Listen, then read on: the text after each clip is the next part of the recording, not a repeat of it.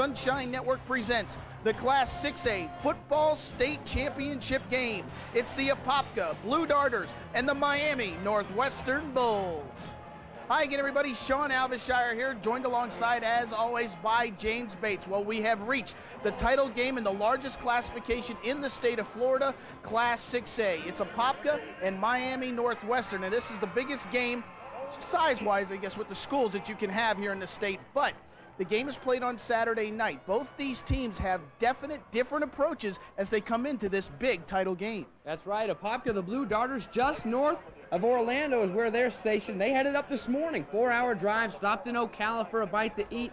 The Northwestern Bulls, on the other hand, well, they came up Wednesday afternoon, treating this like a mini bowl game, if you will. Set up a little mini camp at Godby High School, got ready for that triple option, went and saw a movie last night behind enemy lines. They're ready to roll. So are the Apopka Blue Darters. Let's get it on. Now, you can take any route you want to get to the championship game, but that doesn't mean it's the right way or wrong way. After you win or lose, everyone says, oh, it was they came on the day up, they spent too much time here. That will be decided after the game, but there is one definite difference between these two teams in its size. Oh, that's right. Up front, that Miami Northwestern Bulls offensive line averages 263.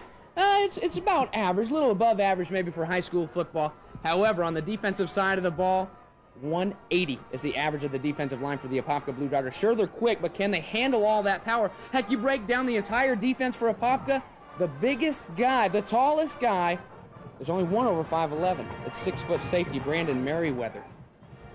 What does that tell you? You know what else they have to deal with, Sean, is that Miami swagger. Like it or not, you talk about the swagger the Miami Hurricanes used to have. They've got it back now. These Miami high school kids, they've got it. I went to school at Florida, met a lot of these high school guys coming up from Miami. I was like, who do these guys think they are? We haven't even played yet. They think they're bad. Most of the time they are bad, but so are the Blue Darters. We're in the 6A state championship game, and everybody's pretty good. And James, these guys are fired up. We haven't even kicked the ball off, and these guys were talking to each other a little bit. Not the players. The coaches, they're ready to kick this one off. We're 48 minutes away from crowning a Class 6A champion. It's Apopka, it's Miami Northwestern, and it's next right here on Sunshine.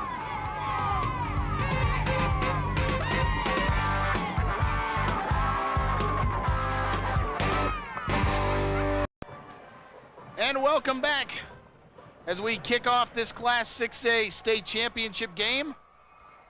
Northwestern kicks the ball off to the Apopka Blue Darters. The ball goes out of bounds.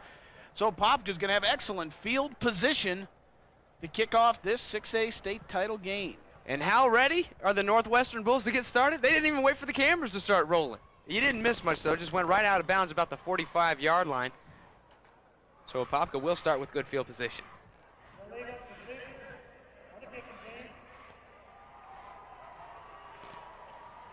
So Apopka, the penalty, of course, being assessed on the ball going out of bounds. Our referees tonight come from Panama City.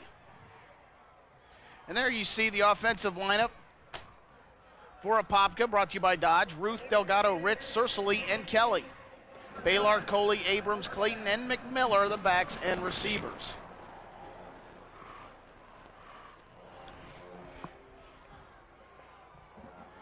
First and 10.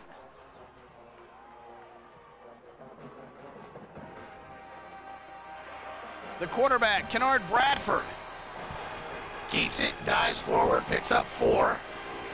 3 or 4, depends on where his knee came down. Sean, right away, notice the splits between these offensive linemen for Apopka. Very different than anything we've seen all weekend. Charles, Seller, Sills, Dixon, and James up front for the Bulls. Smith, Grant, and Waiters are the backers, and Bain, Asbury, and Frank Wewo in the secondary. The defense brought to you by Dodge. With those splits so wide, the feel is that you can get a better angle on some of your blocks. Some of these angles will be crazy all night long. The wing T, triple option, we'll see.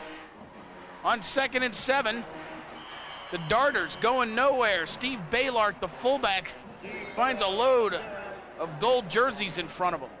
Rick Darlington, in his 3rd year as Apopka's head coach, a great record, 30-8. Since taking over the Darters, coming over from Eustis High School, right up the road from Apopka. Actually still lives in Eustis. Makes the trip about a 20-minute, 15-minute ride down into Apopka to take over the 6A Darters. 3rd down and 7. Bradford throwing, looking, Nearly intercepted, nearly caught, incomplete. And on the first series, you can just see the speed of the Northwestern Bulls. They're getting after it. Now this bootleg, the sprint out pass is something that the Blue Darters have done a lot more recently as we take a look at the head coach of Miami Northwestern, Roland Smith Jr., his first year. He's a Northwestern grad, played for the Bulls. But the Blue Darters have been rolling out. They've been throwing it a little bit more as of late. Jeff Blackman punting it away for Apopka. And it's going to take a sideways bounce and go out of bounds at the 23-yard line. And that is where the Northwestern Bulls will start on offense. Only a 29-yard kick. The offense for the Northwestern Bulls brought to you by Dodge. Up front, Snelling, Simmons, Williams, Jones, and Clark. The backs and receivers, Jackson, Brennan, Jones, Evering, and Robinson. And the quarterback will be Derek Willis, the 5'11", 175-pound junior.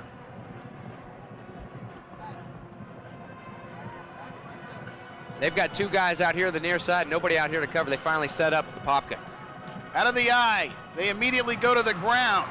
Anthony Brennan finds a hole. And he's very close to a first down. Apopka's D, Peoples, Bradford, Doby, and Taylor are the front four. Mott, Swift, and Mott are the backers, the brother Motts. Neil Jenkins, Gallen, and number 8, a contender for the all-gridiron team, Mr. Brandon Merriweather. His name sounds like a flower, but he sure stings like a bee. 2nd and 1. A lot of shifting early by the Bulls, trying to confuse Apopka's defense, something we haven't seen too much, at least we did in the Soul Bowl with these two teams. Out of the eye, going to the ground, Brennan breaks into the secondary to the 39, first down Bulls. Well, the Checkers' keys to this Class 6A championship game for the Bulls. Charles must be in Charles. That's right, Charles in charge. That's Torian Charles, number 11, the D end. He must throw his weight around and put your weight into it. You can see the size differential. James mentioned it earlier. For the Apopka Blue Darters, to the Swift, go to Spoils. Watch number 2, the middle linebacker, Othello Swift. Coach Darlington calls him the best linebacker he has ever coached. And he's going to need a good defensive performance from Mr. Swift and the Darters in this game. 1st and 10 for Northwestern. The quick hit to the fullback. And Albert Jones powers his way down to the 46-yard line. Harold Bruner is tonight's referee, followed by Bruce Briegel, Gerald Goodman, Ed Williams, Jack Oglesby, and David Jacobs. As I said earlier, the officials tonight come out of the Panama City area. A lot of speed on both defenses here tonight. You've got to be careful not to overrun things. And with that, the offenses know it. They'll try to put in some plays where you get them going one direction, run yourself out of a play. 2nd down and 3. They keep it on the ground. Brennan should have enough for a first down.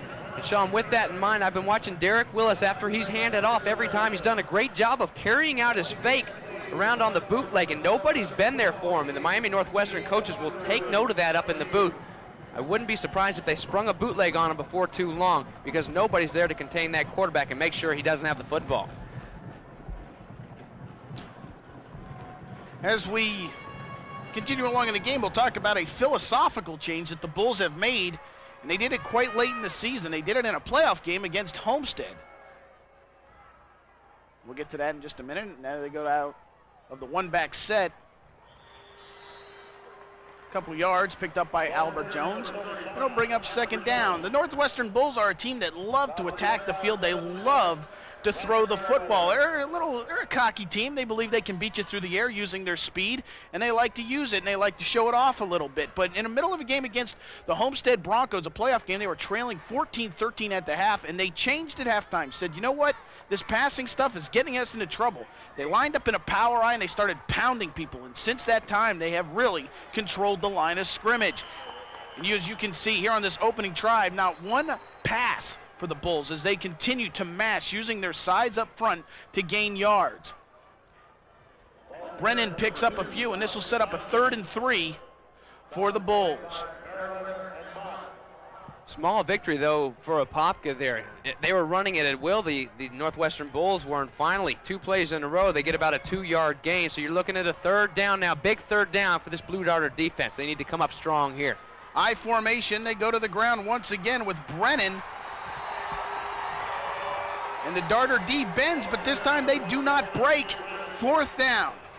And Sean, this is a huge stop. First off, Northwestern gets the ball and they overpower, get down the field. And this is the example of why Apopka can be so good and so dangerous on defense. They shoot the gaps. They're all smaller than all those Northwestern Bulls, but they're a lot quicker at the same time. Sure, they give up a lot of weight, but they've got a lot of speed up on them. Northwestern coach is saying this team's a lot like a Dade County team. A lot of speed down there in Dade County. Up in Apopka, reminding them of the Miami guys. The Apopka Blue Darters decide all of a sudden to call timeout. Cato Mott. He doesn't need the Green Lantern anymore. He's working alone, and he calls a timeout on his own as well. We're going to take a quick timeout with 6:25 remaining here in the first quarter of the 6A title game. We're all knotted up at 0. Come back.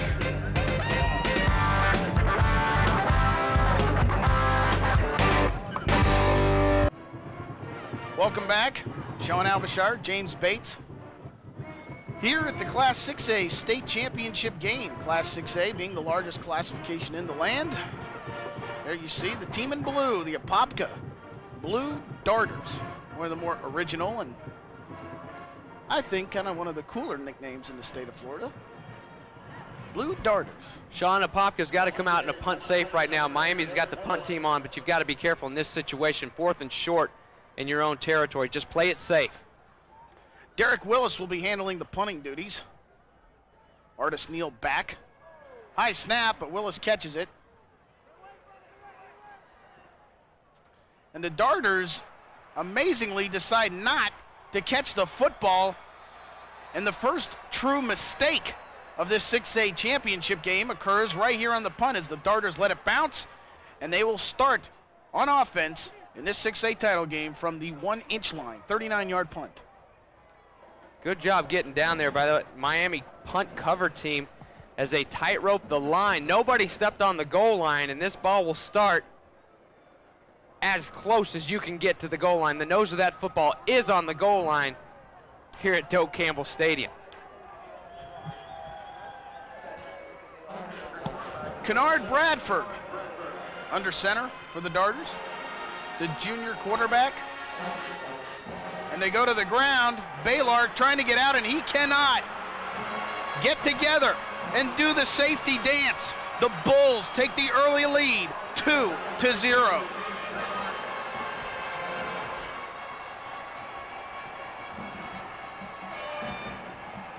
And who scores first in this big 6A state title matchup? The 71st Street defense. Big hit there in the backfield to stir things up, and then Leo Waiters cleaning up things. Number 8, the outside linebacker, 6'2", 220-pound senior, sealing the deal. 2-0 Northwestern, just like that. Coach Darlington, sure, he's upset about the safety, but he really has to look back to that punt. You have to catch the football. Both the return men were standing about at the 2, and they just watched it drop at the 6-yard line and let it bounce down to the inch line. You have to catch the football. But Sean, on their behalf, as a punt returner is taught to stand about that 10-yard line, if it goes past the 10-yard line, you hope it rolls into the end zone. You take that gamble. You don't want to get back there because you feel, hey, if I catch it at the 5, we're going to have it at the 5. You figure what's the difference between the 1 and the 5, and you just hope it rolls in. That time it just took a lucky Northwestern bounce, and the Northwestern players did a good job of making sure they didn't stand in the end zone. So on their behalf, wasn't too bad of a mistake for the Apopka Blue Darters, just lack of luck right there, you could call it.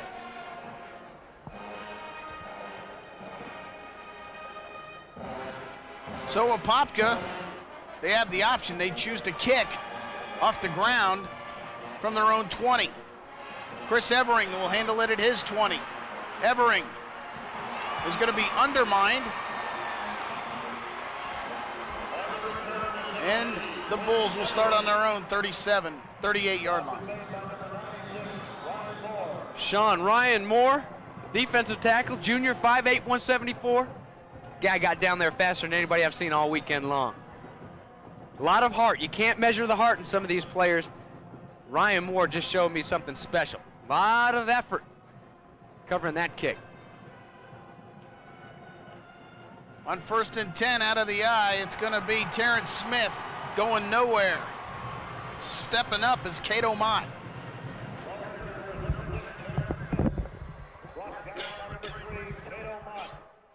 Josh Mott, two brothers, both linebackers. Running things there from the linebacker position. Very active linebackers for this Blue Darter defense. Very fast defensive backs. It's an unwritten rule that their defensive backs must run track. They're in a track meet tonight because they're going to do some running with the Northwestern Bulls.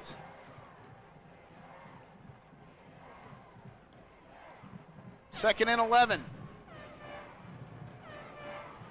The Bulls have yet to throw a pass in this 6A title game, and now they commit their first penalty.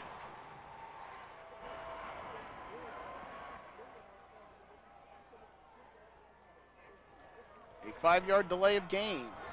Dead ball, delay of game, on the goal, 5 yards from the previous spot.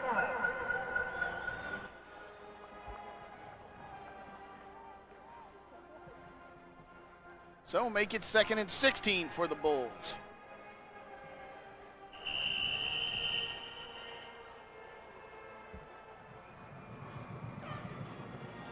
The Bulls still keep it on the ground. Cato Mott stepping up, filling the gap. Dropping Terrence Smith for a loss. Two plays in a row, two great big plays by Cato Mott. First series, Northwestern comes out. First couple of drives, they run the ball at will. Here, Cato Mott steps up in the crack, makes two big stops. 3rd down and long now. These two teams, both of them, play a lot of man. We've seen a lot of zone throughout the weekend, get a lot of man coverage. We've got some speedy receivers out here down at the bottom for the Northwestern Bulls. We've got one guy wide open right now. Got to get on him. The Bulls going to try to go to the air. Willis throws, has a man, but he throws it way wide, trying to get the ball to Kenneth Robinson. Incomplete. So the Darters hold on defense, and they will force the Bulls to punt. There for a second, right before the ball was snapped, Apopka only had one guy to cover two down here on the near goal line. Finally moving out was one of the outside backers. Incomplete pass, forcing the punt. So big stop again for the Blue Darters. The fake. The Bulls try to go to the fake, and they had a man wide open. It looked like number 28 for the Northwestern Bulls, Phyllis Whitley. But Willis, who was also the quarterback, throws it too high. Whitley could not come down, and the Darters catch a break. And they will have 1st and 10. And you really have to wonder about that call. It was 3rd and forever, and they decide to go for, 4th and forever, and they decide to go for the fake punt. And if they don't get it, even if they complete the pass and don't get it, play field position. Sean, but if Willis hits him, we're patting them all on the back. If he hits him right there, it's a 1st down. Ball just a little bit high. He's wide open. Very close to a 1st down is Alan Abrams, brought down by number 11, Torian Charles.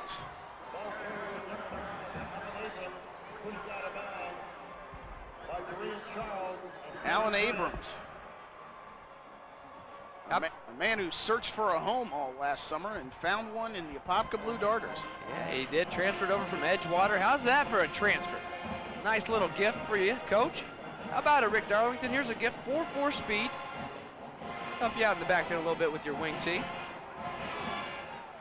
of course, Edgewater being Apopka's most fiercest rival didn't like it too much. Bradford on 1st and 10 throws, trying to get the ball out to Earl Clayton. One hops it, brings up 2nd and 10. Tavares Bain with the coverage. Good coverage by Bain down the field, too. He almost intercepted it, made a good play on the ball. Kennard Bradford, the junior quarterback, somewhat of a Pop Warner phenom in the Apopka area. He's thrown for 542 yards, 7 TDs, 1 pick. But remember, they run the option, so he's not going to throw a lot. And here they go to the option. Here comes the pick. Ball's on the ground.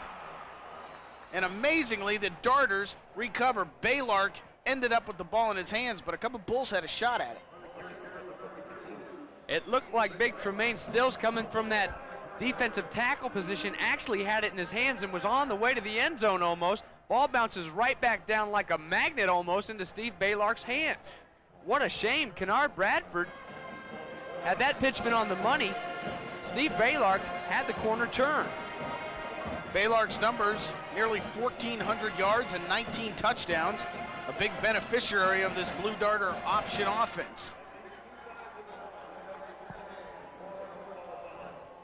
And what's amazing about this 6A state championship game is we expected a big crowd. We expected most of Liberty City to make the trip up from Dade County, and they're still coming in. For 350.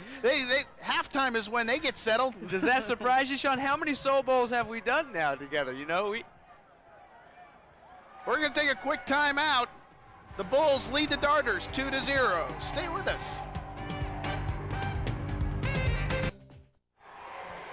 The Darters have the ball, 3rd and 9. Bradford in trouble. He's going to try to find a lane. Torian Charles, the man, the myth, shut that door. Grabbing Bradford from behind, throwing him out of bounds, preventing Bradford from picking up a first, and that'll bring up 4th down. Torian Charles got him by the fingernails. Got one of the Bulls banged up over there. Number 8, that's Leo Waters, the outside linebacker. But Torian Charles, who has 24 sacks on the year, that time he makes the tackle beyond the line of scrimmage, but it was a big one, keeping him from getting the first down. Going for the point. Coach Darlington sending out his field goal unit. Jeff Blackman, the senior, will come out to attempt a 31-yard field goal for the Blue Darters.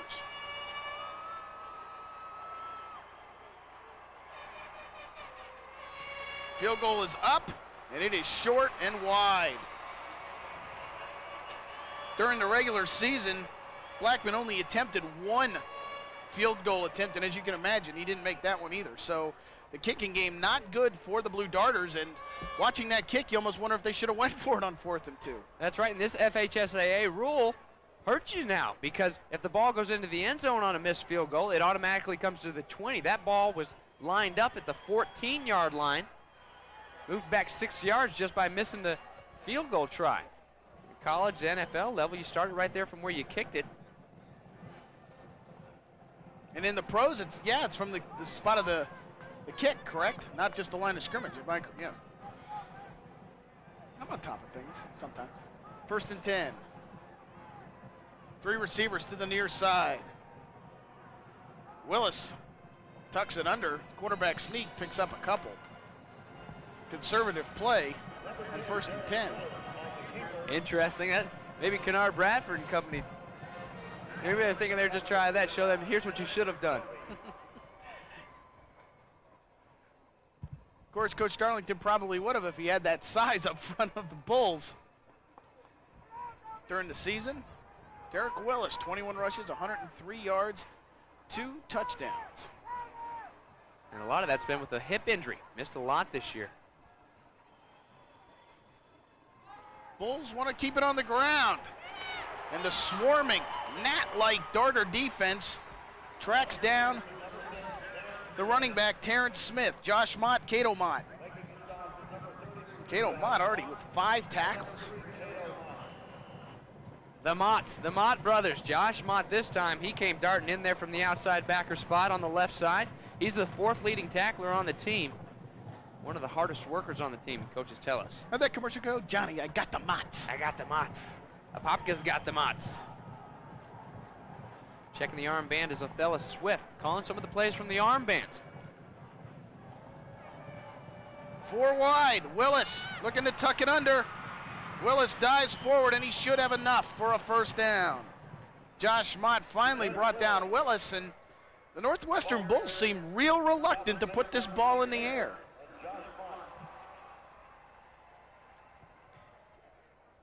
Derek Willis, he had 103 yards rushing last week.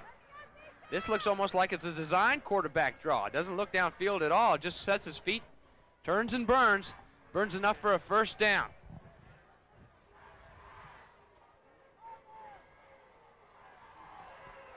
Three wide to the near side. Bulls keep it on the ground. Terrence Smith, no gain.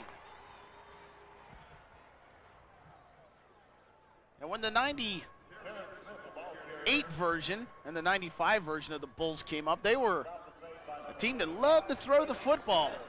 And today, the 2001 version, looking for the school's third state championship, very close to the vest here in the opening quarter. Only have tried to go to the air twice so far. They keep it on the ground on 2nd and long. And Terrence Smith finds very little room off the right side. Gain of a few, but it's still going to bring up 3rd and long. Glenn Peoples this time with the tackle for the Blue Darters. Some of the quickness starting to show on that Apopka side. Had trouble early. That time Glenn Peoples nice through. Got spun around. Just as he was turning around, found a running back sitting there in his path. Reached out, grabbed him, brought him down. Bringing up a 3rd down and long now. They're spreading him out. Well, they can run on defense. Ask the Deerfield Beach Bucks, who lost to these Darters in the state semis. Gene Antoine makes the catch, gets up to about the 39-yard line, but it's still going to be about 1.5 yards short of a first down. So that will bring up a 4th and short situation. Remember the last time the Bulls came out in a punting situation, which was about a 4th and 15. They went for the fake, so we'll have to keep an eye on that. And like you said, even on the first punt, that Apopka must stay in a punt safe, considering the skills that they're facing on this Northwestern Bull squad. Not necessarily all night long, though, just situation, field position situations, but you've got to be careful. These Northwestern coaches, they've been up here all week scheming, just as the Apopka coaches have. This is it. You put it all out on the table right now in the state championship game, though.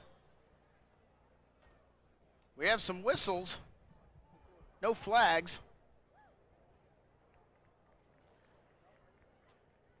And actually, as I take a look up, you can see that there is no time left in the first quarter, so we have come to the end of the first quarter of this Class 6A state championship game, and we have a baseball score.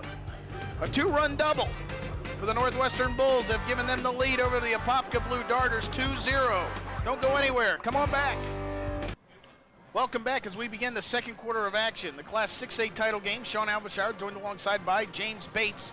And as we open up the quarter, the situation stands. The Northwestern Bulls in the goal have a 4th and 2. So Derek Willis stands at his own 25 as he punts it away. Brandon Merriweather will catch it at his own 20. And Merriweather gets run into by his own man and gets dropped at the 25. 41-yard kick from quarterback slash punter, Derek Willis. Melvin Screen with the tackle. Good coverage. Artis Neal and Brandon Merriweather collided with each other. Artis Neal was trying to get across and help his buddy out. Brandon Merriweather's got his hands up in the air like he's like, I'm wearing blue, you're wearing blue. What are you doing running into me? Go block a gold jersey. Don't be running into me. He had good intentions. He just didn't make up on it.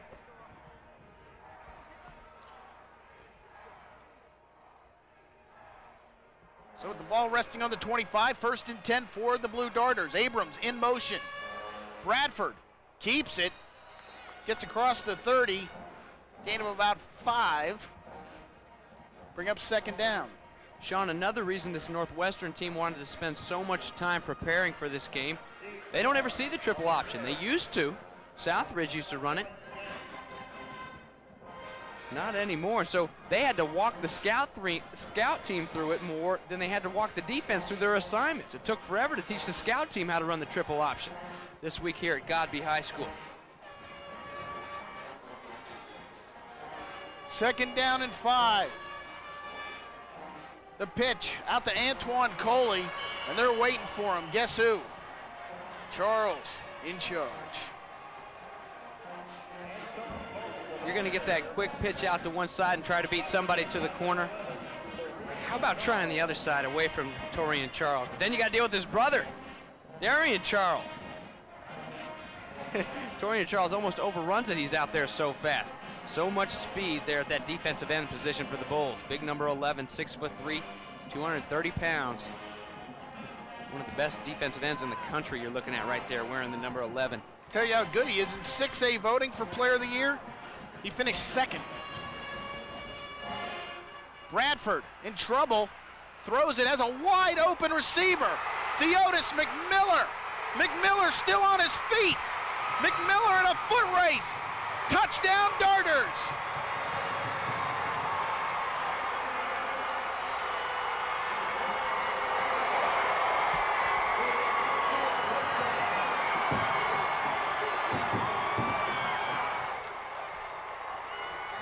A 73-yard pass play from Kennard Bradford to Theodis McMiller.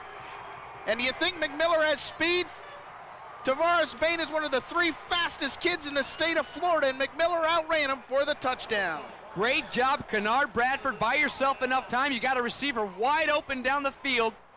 Catching the football, Theodis McMiller making the first man miss. That's Tavares Bain, and then in comes the clearance. His buddy Earl Clayton, the other receiver, comes down, springs a big block, and that springs McMiller for the touchdown. He does the rest. Big score, and it looks like the Bulls almost jumped off sides on the extra point. They didn't. It's no good. Blackman, having multiple kicking problems on this night, has already missed a field goal, and then he misses the extra point. So the Darters take a 6-2 lead. And it's McMiller time on the Apopka Blue Darter bench. The 2001 FHSAA Florida Football Finals on Sunshine Network are being brought to you by the Dairy Farmers. Got milk? And by Checkers. You gotta eat. 6-2, the Apopka Blue Darters take the lead on Dade County's best, the blue and gold of the Northwestern Bulls. Jeff Blackman will be out to kick off. DeAndre Asbury and Chris Evering back for the Bulls. There's Theodis McMiller.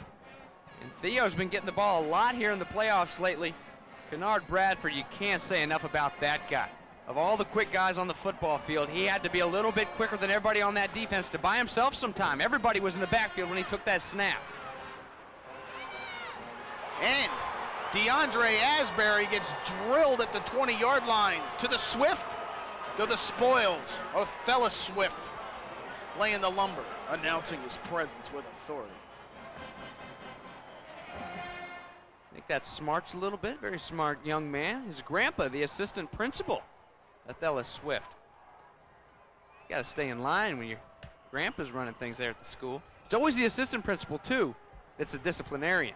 You know that? No, I did not. Yeah, well, they used to always get on me when I was in high school and junior high, so I always thought so.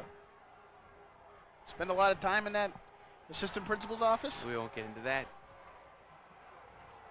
3 plays, 75 yards, 73 of it coming on one play to McMiller.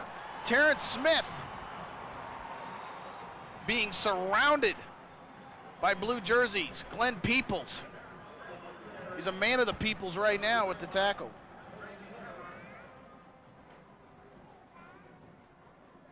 Sean, we've already mentioned it a couple times throughout the broadcast, but it's worth mentioning again. The offensive line averaging for Northwestern 263 pounds. As we take a look at Peoples and company wrapping up the ball carry, 180 pounds. The average weight on the defensive line for the Apopka Blue Darters, 175-pound average on the entire defense. But they're using that quickness right now. Willis throws, completes to Gene Antoine. First down, Bulls. Nate Jenkins with the coverage. And that's the first time that the Bulls have really aggressively have gone to the air.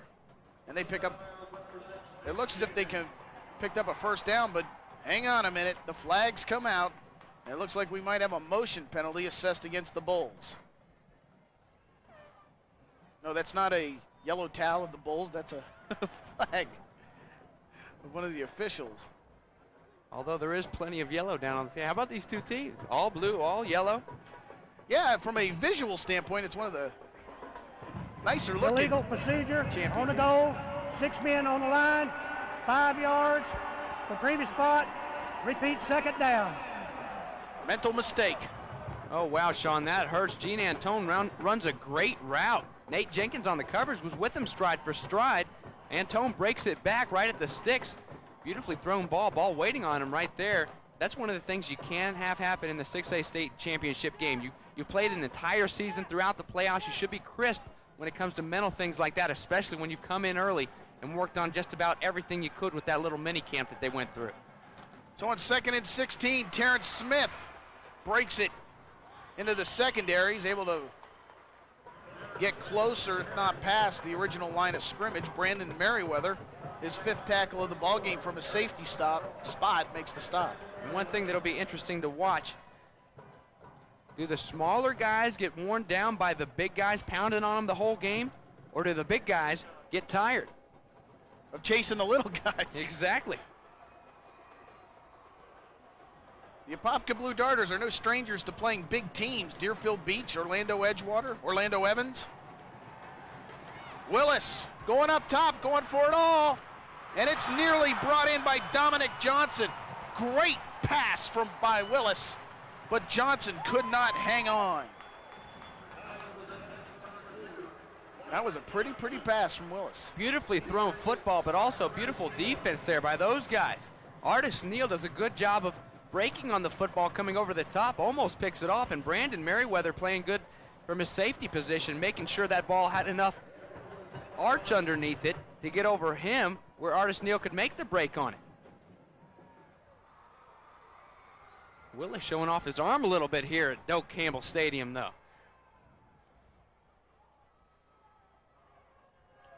Derek Willis punts it towards Brandon Merriweather. Merriweather will let it bounce, and it will be downed at the 30-yard line by the Bulls. Tony Green down there downing it. 47-yard punt by Derek Willis. 8:23 remains here in the first half of the Class 6A title game. Apopka leads the Bulls 6-2.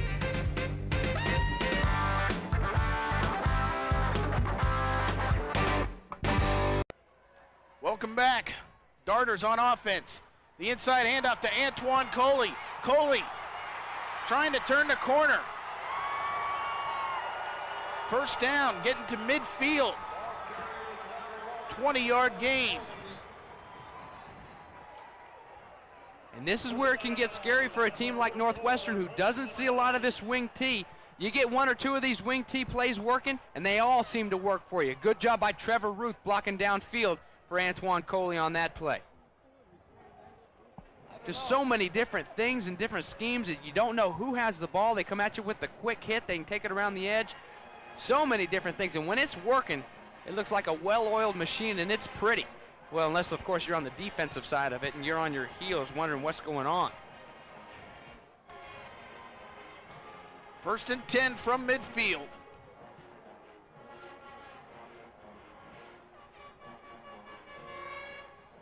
They go to the ground with the fullback Baylark, and a host of Bulls are waiting. No gain.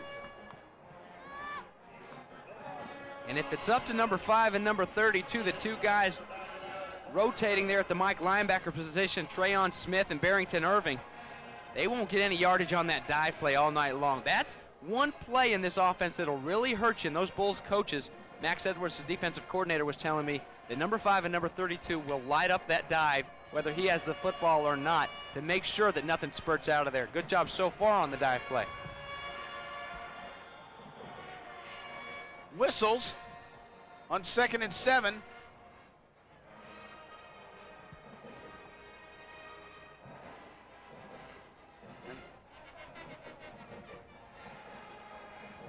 Have a dead ball, delay a game, equipment violation on the blue, 5 yards. Another mental mistake, this time by the Blue Darters. Got to think maybe a guy didn't have his mouthpiece in or something. Can't afford little knick-knack penalties like that to kill a momentum that you've got going on this drive. 2nd and 12.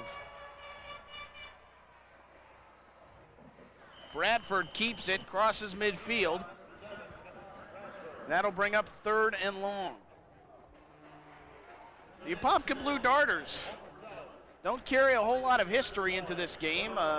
Orange County has not fared well. And you would think, as a city the size of Orlando and the talent of Orlando, they would have more state championships, but the fact of the matter is they have 1.5, 2 maybe if you consider a tie a championship. Back in 91, Orlando Evans tied Miami Southridge, and you have to go back to 1970. Bishop Moore over Quincy Shanks in the Class A game to find the only 2 times Orange County teams have won a state title. Bradford, buying time, gets rid of it, and Bradford using his speed to elude the sack and save a lot of yardage, bring up 4th and 7. This time it was Dorian James on the other side of the ball. One of the defensive ends that almost brought down Kennard Bradford, doing a good job of getting rid of the tackler and also getting rid of the football. Punt it away, play some defense. Jeff Blackman booms a punt, and it will bounce into the end zone. The gross will be a 47-yard kick for Blackman, and that'll be 27, however, as they'll move that ball out to the 20. So we're going to take a quick timeout here in the Class 6A title game. 6.5 minutes remain in the half.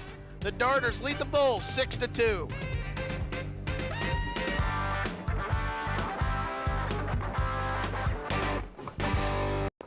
Welcome back to the 6A title game. Bulls, Darters.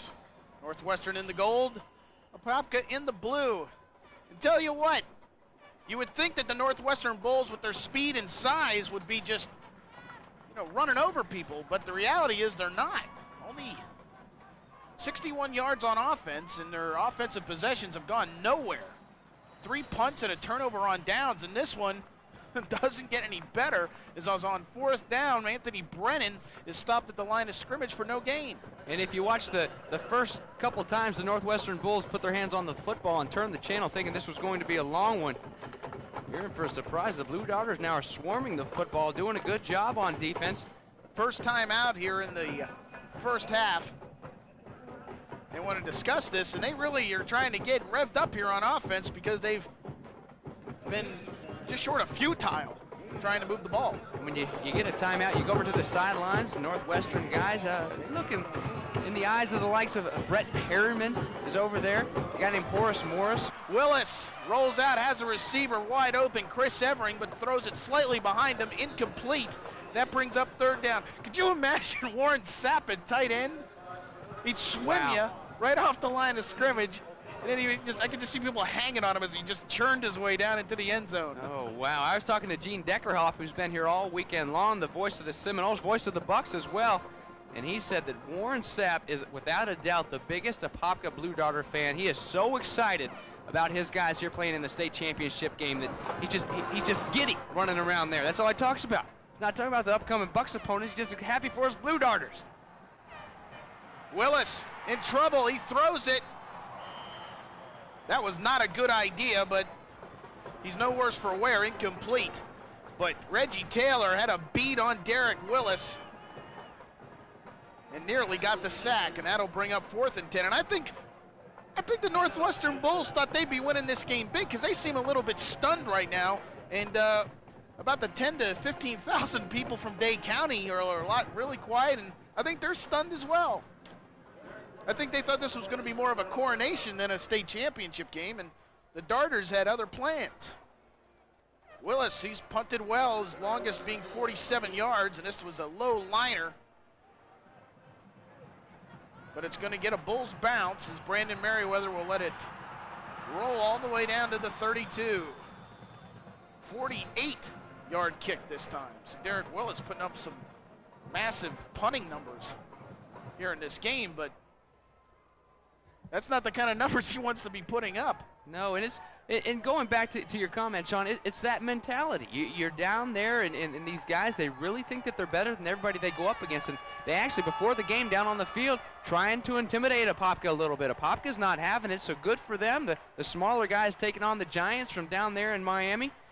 And coming up, but on the same token, offensive line coach Michael Ross talking to him at the Northwestern Bulls. He knows these guys play with a lot of heart, and the whole Northwestern team expected it. Going to the reverse with Theodis McMiller. McMiller dancing his way down past the 35, and that's a whole lot of work to pick up about 5-6 yards, and that'll bring up second down. And you know what?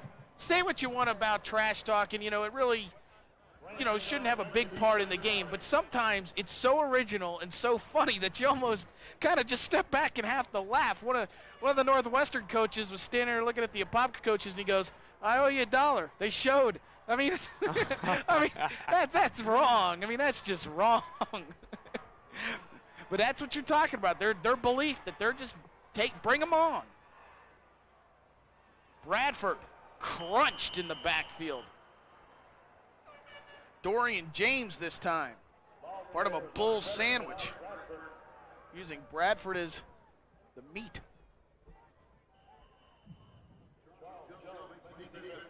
Here's another look at it. Doing a good job getting back there. Number 12, there's Dorian James. So with a loss of 2, it'll bring up 3rd and 6 for the Blue Darters. And now we have flags on the play. The play clock shows a couple seconds. This came from the side judge. We might have a offsides or encroachment penalty.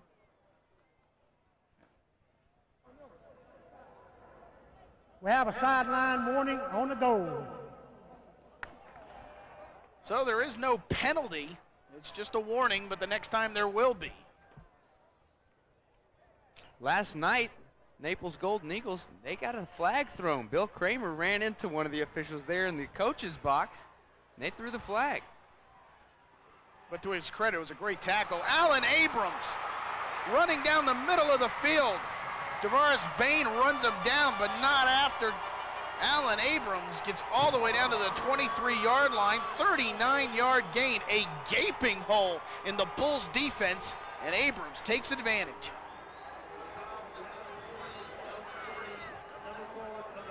Another example of how this offense can be so confusing for a defense. This great big hole there, and Abrams was running forever. There's the transfer from Edgewater again, just a junior still. 724 yards rushing on the season for number 9. 183-pounder. Bradford. I think he was thinking about the option, but then did the wise thing and held on to the ball as Homer Sellers wrapped up Bradford for a big loss. He had Bradford saying, "No." Homer Sellers does a good job of standing up the offensive lineman and just shedding him, getting rid of him. This guy looks a little bit like Warren Sapp. And then running the open field down a very quick Kennard Bradford. Good job tackling the quarterback by number 99. That guy's just a junior, 6'1", 280 pounds.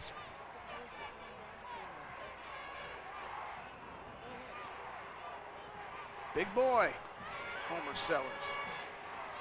2nd and 14. Fumblerooski. Fumblerooski. It's a Fumblerooski. Here it is. Julius Boykin all the way down to the 5.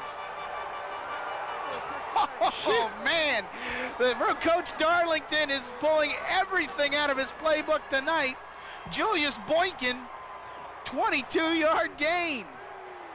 Sean, Julius Boykin, he couldn't get the football out of the center's legs. Jason Ritz had it tucked down there tight. And Julius Boykin, you got to see that. He's not a starter on that offensive line. He comes out now. He's in there for the Fumblerooski. None of the Northwestern Bulls could figure out what was going on. He springs it out, almost scores a touchdown. And the Bulls coaches are hot over on the sidelines. They're on the field right now. They're angry at something. Well, the key to that play is for the person who covers up the ball not to touch it, because if his knee is down, he's down. And I'll bet you that's what the coaches are irate about. Let's see if we can take a peek at this. I mean, the whole building was faked out on this. The ball's right on the there ground. in the pile. There's the football. No one knows where it is, even our cameraman. And then, whoa, wait a minute, what's coming my way? He gave up on the play. Hey, look, here he comes, right into your living room.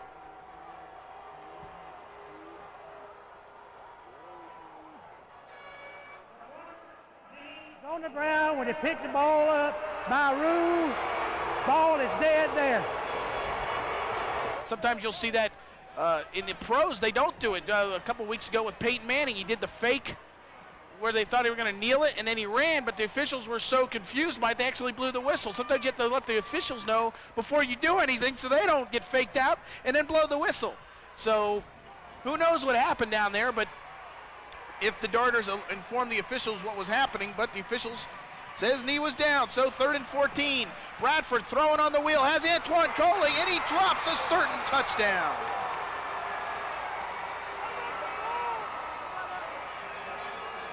Antoine Coley had his hands on 6, but could not hang on. Oh, Sean, the smallest guy on the team trying to make the biggest catch of the night. Beautifully thrown ball by Kennard Bradford. Good coverage there in the Bulls secondary.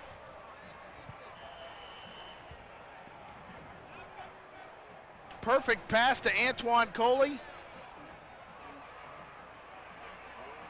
And Coley just cannot hang on. Allen Abrams lowers his shoulder down to the 5. Frank Wewo saves a touchdown. Melvin Screen came up with the ball, but Abrams was brought down, and 1st and goal for the Darters. And I'll tell you what, the Apopka Blue Darter offense, it doesn't matter where they are. They just pick up yards by the bushel. And you'd think that fumble Ruski brought back would take some wind out of their sails, but they spring the same play they did on the 3rd and long earlier to Allen Abrams right out the left side, and nobody from Northwestern has stopped that one yet. 1st and goal from the 5 for the Darters. We're under the 2-minute mark.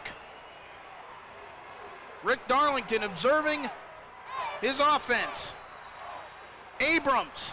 This time the Bulls are waiting. Gain of about a yard. Homer Sellers, the 6'1", 280-pound junior, picking up his 5th tackle of the game. They go right back at it, and Big Homer, the strongest guy on that defensive line, teaming up with Leo Waiters for that stop.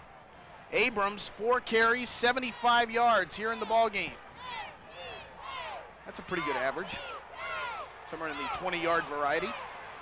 We talked about that Northwestern swagger. How about Apopka's little swagger now? They're a pretty confident bunch. You're right. They got a little swagger to them. 2nd down and goal. Abrams, touchdown, Darters.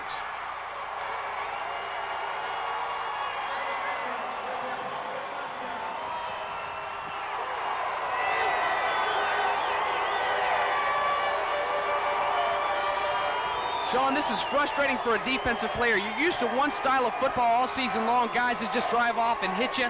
Well, now you've got a bunch of little guys scattering around and popping you in the mouth, and they're coming from all angles, and it's a different type of offense, and the Bulls are still on their heels, and now they're down 10 points, about to go down 11 if this extra point's good. Rather 2 points now as they're going for the 2-point conversion. 12-2 is our score. The Darters trying to make it 14-2. Bradford under center. He's going to try to keep it. He's got the 2-point conversion, and the Darters take a 14-2 lead with 1:06 remaining here in the first half of the Class 6A state championship game. An 8-play, 68-yard drive that took 4 minutes and 15 seconds off the clock and ended with an Allen Abrams 2-yard touchdown run. And Sean, how special is Kennard Bradford to this Apopka Blue Darter team? He's just a junior. You talk about all of his days there at the Pop Warner level. He would have been fun to watch as a young pup. He's still fun to watch here in the 6A state championship game. Great play call. Line 4 guys up there over unbalanced line almost, if you will, just outflanking the Northwestern Bulls defense. Nobody can get there, and Kennard just beats everybody to the corner of the end zone. Apopka on offense. Their last 3 drives, they have amassed 171 yards on 15 plays and have scored 2 touchdowns.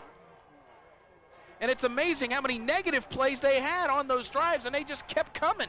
They had the fumble Ruski called back. Then they have Antoine Coley wide open into he drops. Negative play. You're thinking, oh, the momentum's gone again. They come back with Alan Abrams.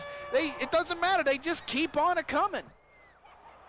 The Bulls having problems with the kick. It's one of the up men, Travis Harnster, picks it up, gets it out to about the 32-yard line. And Sean, the amazing thing about that is this wing T triple option type offense isn't the type of offense that you think would like to come from behind, that would like to get in the big down, third down and long type situations, and nobody really likes to, but they've had no problem with it throughout the night.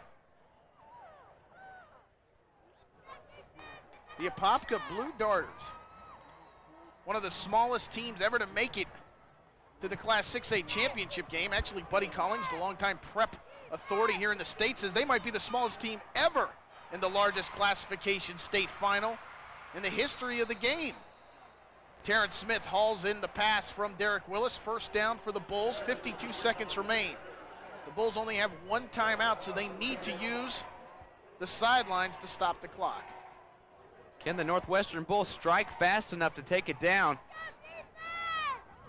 With this 52 seconds left, they may find something out about themselves here if they keep completing passes like that down the field, that they may need to change and go back to that throwing offense that you talked about that they had going earlier in the season before they scrapped it and went to the run, Sean. 3 wide to the near side. Willis rolling, completing it out to Chris Evering, and Evering steps out of bounds just short of a first down. 43 seconds remain in the first half. Good job by Evering of getting out of bounds. There's a flag down on the play. This one looks like the way the Northwestern Bulls are walking, it may be coming back. So both teams have had negative plays, but you know what? The Darters didn't phase them. We'll have to see if it'll phase the Bulls. I'm holding on the goal. Personal foul on the blue. Offset. Replay the down. So the penalties equate to no worse for wear for both teams, and let's replay the down. Well, who gets the bad end of the deal is the Northwestern Bulls. It's about 8 seconds ticked off the clock. That's the only thing that's missing as we start the play over. 4 wide receivers, 1 back for the Bulls. Willis in trouble. Willis somehow able to turn the corner, and the official maybe got the worst end of all of this as he gets run over on the sideline. Looks like he's going to be okay. Willis picks up a couple. Lots of speed out there. The official couldn't even get out of the way. He couldn't. That's Eric McCroy who ran down the official and maybe helped out his teammate, because Willis may have taken a little bit of a late shot after he stepped out of bounds. The official's face was down in the grass. He couldn't call the play. Good to see him pop right back up, though. Got to be tough in the 6A state championship, even if you're a Zebra. Willis throws, incomplete. Trying to get it out to Dominic Johnson, the junior. Throw is a little low.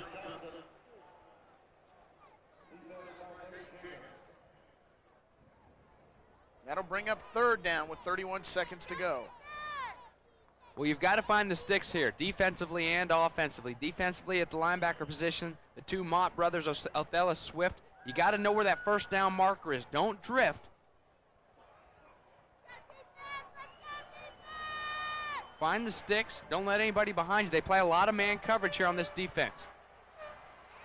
Going up top. And the ball falls into no man's land. 4th down.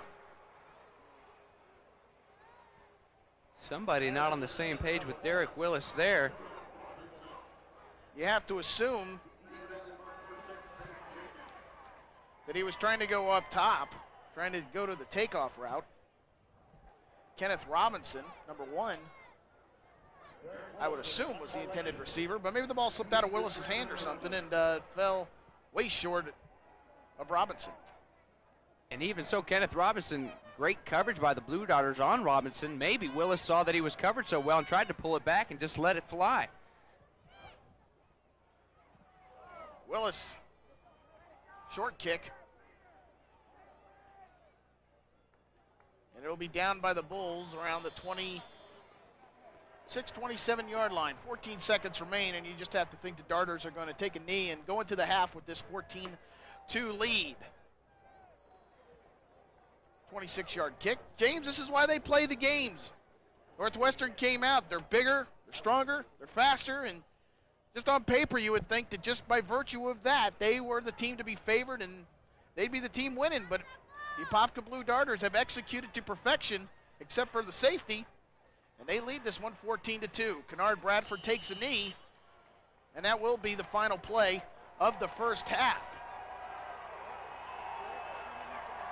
Not since 1991 has an Orange County team won or shared a state championship. That was when Orlando Evans did it. Tying Miami Southridge 22 apiece. Could 2001 return the big school trophy back to Orange County? We'll have to see. The Darters lead Northwestern 14-2. Welcome back as we get ready to start the third quarter of action between the Apopka Blue Darters and the Northwestern Bulls. Apopka leads 14-2. Let's take a look at the halftime stats, and wow is the only thing you can come up with. 191-76 in favor of the Darters. The Darters have pretty much done whatever they wanted to on offense, and they have shut down this Bulls attack. And that's 76 total yards for the Northwestern Bulls. The biggest shocker of the night, the Northwestern Bulls get to go in at halftime, come out here. They'll get the ball in the opening kickoff in the second half, see what kind of adjustments they made. They've got to put some offense together. They've got 2 points on the board. Obviously, that coming from a safety on the defensive side. You know, Gavin Dickey, what a great kid. I mean, what a super young man. And I'm sure our spotter, Thomas Bates, when he heard he was taking a visit to Georgia Tech, cornered him in the hallway there, getting all the info he could on Mr. Gavin Dickey. Thomas Bates doing a heck of a job spotting for us up here. And, of course, Andy Firestein on the stats as we get ready for the second half. Yeah, but big Zach Pillar went to Lincoln High School, then he went to Georgia Tech, and he got thrown through a big window and transferred to Florida. So you need to be a man. You need to be a man to go and be a Yellow Jacket, I guess. He said, I was going up to Atlanta one week. I said, hey, if you see part of my calf up there, keep it for me in a tub of ice. Here we go, Northwestern Bulls. Let's see what you got for us in the second half. Zach Pillar's a good guy. I don't know if you want to be telling stories out of school on Mr. Pillar. 1st and 10, the Bulls come out throwing. Chris Evering hauls it in, very close to a Bulls first down. Looks like the Bulls see the same thing that we saw out of that first half, the end of the first half, having some success whipping the football around, trying to run it first throughout the beginning, and at the very beginning of the football game, they were overpowering Apopka. Now they come out firing here at the beginning of the second half. Evering did not pick up the first down, but he did pick up 9. 2nd and 1.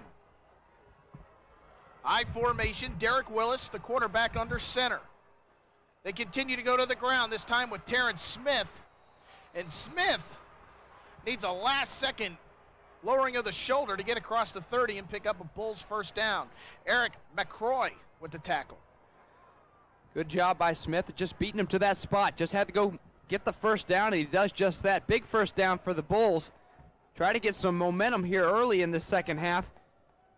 Let the Apopka Blue Darters know that they came to play as well. 1st and 10. To the air, complete. Kenneth Robinson.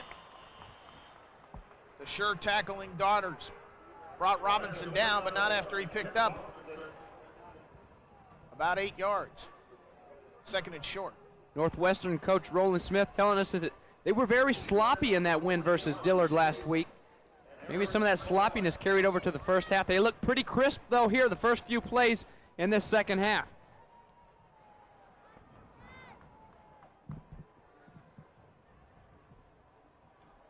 Second and 2. Whoa!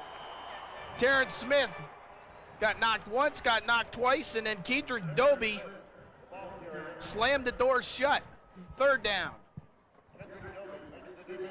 Watch this replay. Looks like a pinball machine back there in the backfield. Blue Darters coming in from all angles. Finally, there's 49, Kedrick Doby. He's very good versus the run despite his size, 189 pounds. All those guys up front, they're so quick. They're back there in a heartbeat. Tough for those big guys to catch up with them. The quick out through Evering's hands. Artis Nil with the coverage, and this will bring up 4th and 2. So this series of downs set up perfectly as they picked up 8 on first down, but 2 straight tries unable to find the necessary 2 yards to get a first down, and out comes the punting unit for the Bulls. Evering's got to hold on to that football, Sean. He ran a good route, caught it back right at the sticks, had the first down. Playing soft in the defensive secondary for the Apopka Blue Darters would have been a sure first down and a little bit more change. He can't hold on to it. Now the Bulls are forced to punt. Willis boots it deep. Looking for a Bulls bounce, but it's going to die around the 38-yard line of Apopka, and that's where the Darters will begin their first offensive possession after a very short 23-yard kick from Derek Willis. So we're about to find out how that Blue Darter machine took the rest at halftime. Will they come out churning like they did at the end of the first half? And is there a new quarterback in the game? Brandon Merriweather is now under center. This is a young man, a safety, who spelled Kennard Bradford during the regular season and into the playoffs before Bradford regained his starting position. And Baylark, the fullback, gets the ball, and he'll pick up a couple, 4 or 5 yards.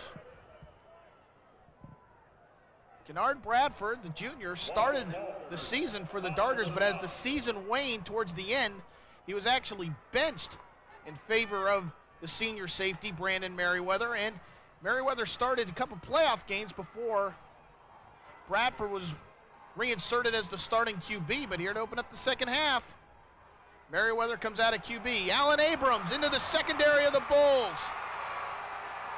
The 2 safeties finally bring him down around the 20. Javaris Brain and DeAndre Asbury. And once again, Abrams, he's running through holes that are about as wide as the hash marks. 35-yard gain. He's making a living on this one. Big block by number 58, Justin Kelly, pulling around, leading the way. There's big 66, Jimmy Searsley, too. And out the gate goes number 9, Alan Abrams. Huge pickup.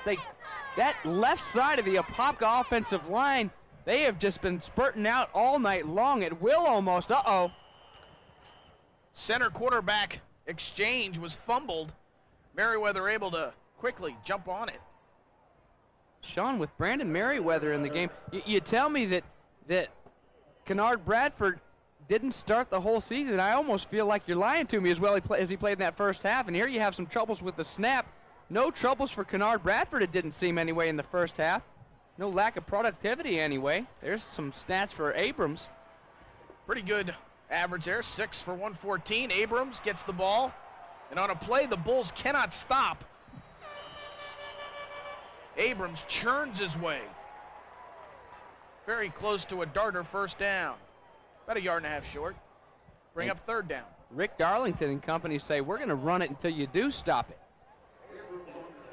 Good theory. If it's working, keep using it. Use it for all it's worth. Just milk that baby. That play has been their bread and butter throughout the night.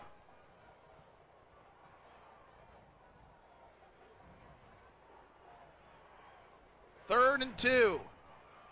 Baylark, touchdown Darters. And out come the flags as Steve Baylark scored the touchdown. He walked right over to DeAndre Asbury and just tossed him the ball. And out come the unsportsmanlike flags. That's the play Max Edward was most worried about, the defensive coordinator for the Northwestern Bulls. Up until that point, they had run it 4 times. They hadn't had much success with it. That dive has caused so much trouble for opposing defenses of these Apopka Blue Darters. Unsportsmanlike on the blue after the score, 15 yards, try for point. And this will make a very difficult extra point even more difficult, as Jeff Blackman is 0 for 1 on extra points, and he's already missed a 31-yarder. So now he's going to have to attempt a 35-yard extra point, and He's had his problems so far in this contest. Trayon Smith, Barrington Irving, two guys that Max Edward told me were the most important guys in this football game, tackling that dive. The one time they don't do it, it springs through for a touchdown, and a big touchdown to stretch the lead for these Blue Darters.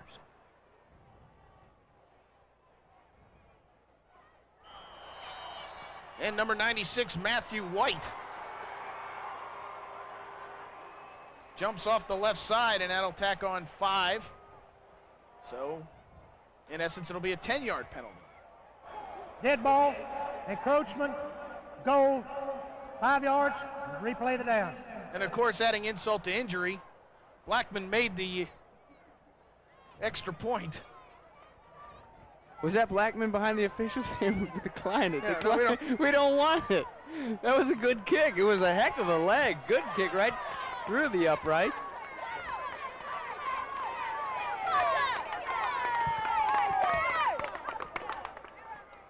From 30 yards out, the extra point from Blackman is up and good. Much more confident kick here in the second half from Jeff Blackman. 5 plays, 62 yards, ending with Steve Baylark's 12-yard touchdown run. But I don't mean to talk in a negative way. I mean, that's just part of Dade County football. The fans talk, the kids talk, the coaches talk. I mean, it's just a way of life down there. And Coach Roland Smith, I mean, he does a great job with these Bulls, but I mean, it's a way of life more than any other place in the country down there.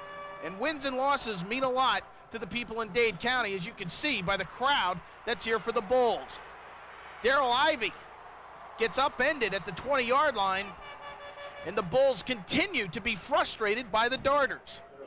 Eric McRoy, the headhunter, running down for the Bulls.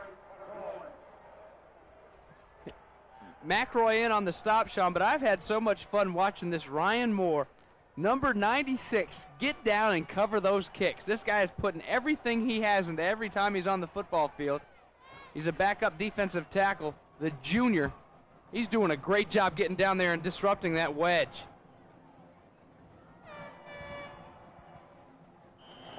Complete to Kenneth Robinson.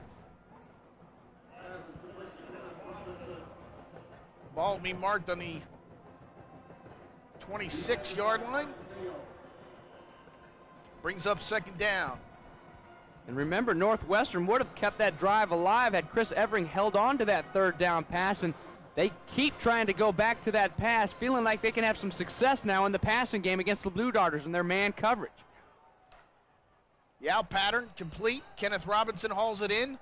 And now the Bulls look to have some continuity on offense. Another first down for Northwestern.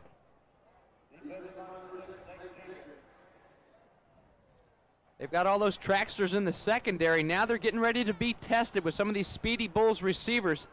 Guys in the back like Artis Neal, Brandon Merriweather, Nate Jenkins, and Chris Gallen. All good track guys.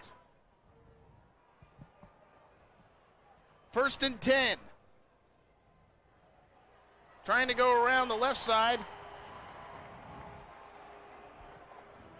are the Bulls. Terrence Smith nowhere to run. That'll bring up second down.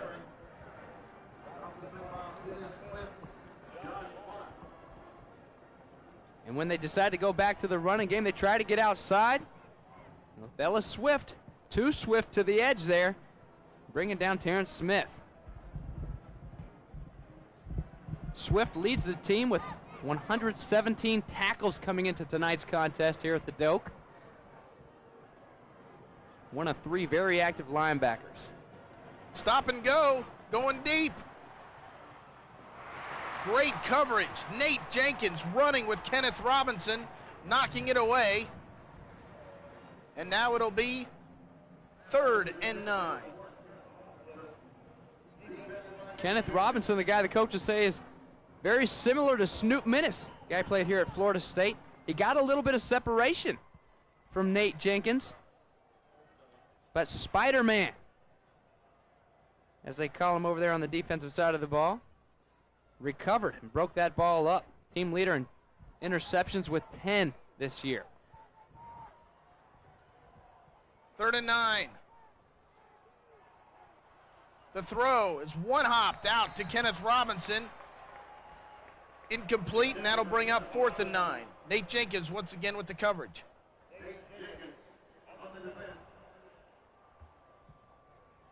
.6:15 remains here in the third quarter, and the Bulls still frustrated on offense, trying to amass a drive. They have only been able to put together 106 total yards of offense in this game.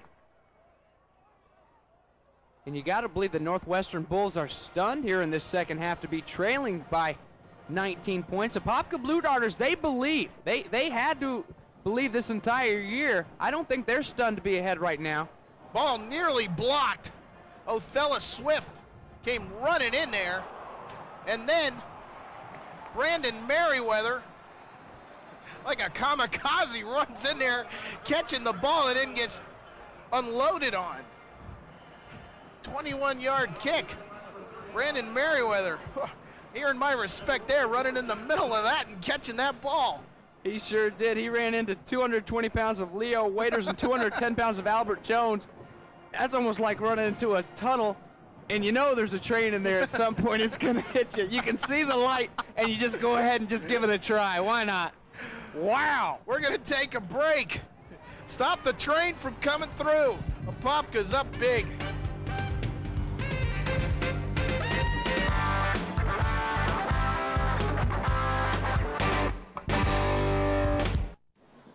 Welcome back to Tallahassee. The Blue Darters getting set to start a new offensive series. And these are impressive offensive numbers. They go to the option. Baylark around the right side gets down to the 46. It's no fluke that the Darters are up 21-2 on their 3 touchdown drives. They have been of 75, 68, and 62 yards. They have not had short fields. They have done it by driving against this incredible, quick and tough Bulls defense. You got to be tough when you're called the 71st Street defense. Moniker that Pedro Fontamora gave him from the Miami Herald. Ball's on the ground, and the Bulls pick it up. The Bulls pick it up. Tremaine Sills racing towards the end zone. Tremaine Sills is going to score a touchdown, and the Bulls are back in this 6A state championship game. 51-yard fumble recovery for a touchdown for Tremaine Sills.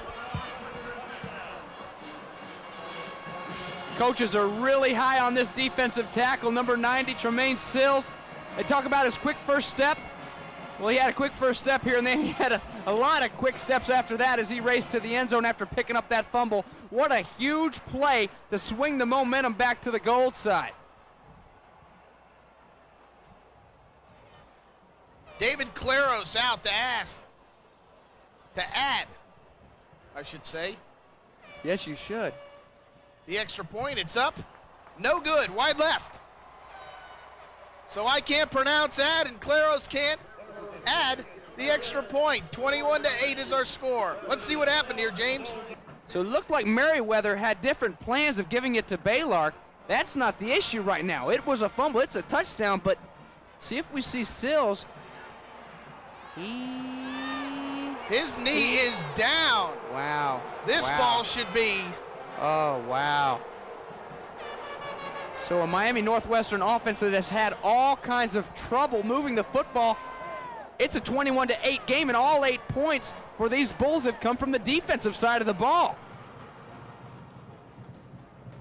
David Claros, short kick handled by Merriweather at the 20. Merriweather still on his feet, crossing the 45-yard line. Leo Waiters brings him down, but not after. Merriweather returns at 26 yards and gives the Blue Darters excellent field position around midfield.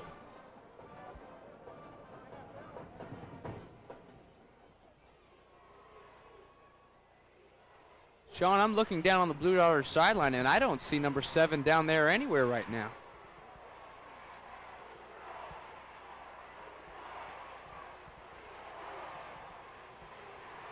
Merriweather barking out signals. 1st and 10 for Apopka. Abrams, the ball carrier. Abrams into the secondary. I'll tell you what, Alan Abrams is putting on a performance tonight. 26-yard gain. Frank Weewo saves a touchdown. This one hits a little bit wider than it's been hitting. Usually it hits right there off that tackle. This time it goes outside. But it's the same result for the Apopka Blue Darters. Good blocking up front, and Alan Abrams does the rest of the work. 1st and 10. The bands are blaring. Inside handoff, Antoine Coley. Coley, race to the pylon. Touchdown Darters.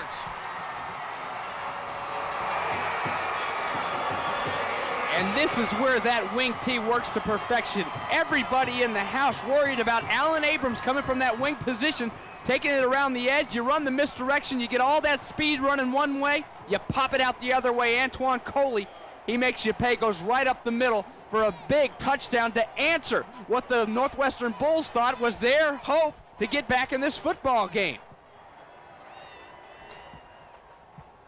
28-yard touchdown run, going for 2. The throw, incomplete. Billy Ray Robinson trying to roll out, trying to get to Earl Clayton, incomplete. So the score will be 27-8. As the 2-point conversion is no good. Now watch this, Sean. You get everybody on the Northwestern defense. You see everybody flowing that way, trying to make sure this play that's hurt them all night long out that left side doesn't hurt you again. The misdirection, you bring it back across them. Everybody set up for their blocks, and Antoine Coley goes right into the end zone, untouched for a touchdown. 704 yards rushing this year. Those are the most important yards so far. That's for sure for number 1.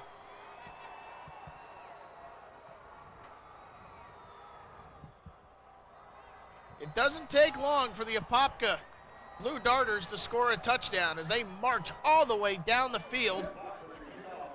7 plays of 20 yards or more for Apopka this evening. Amazing. Who would have thought that against this Bulls defense?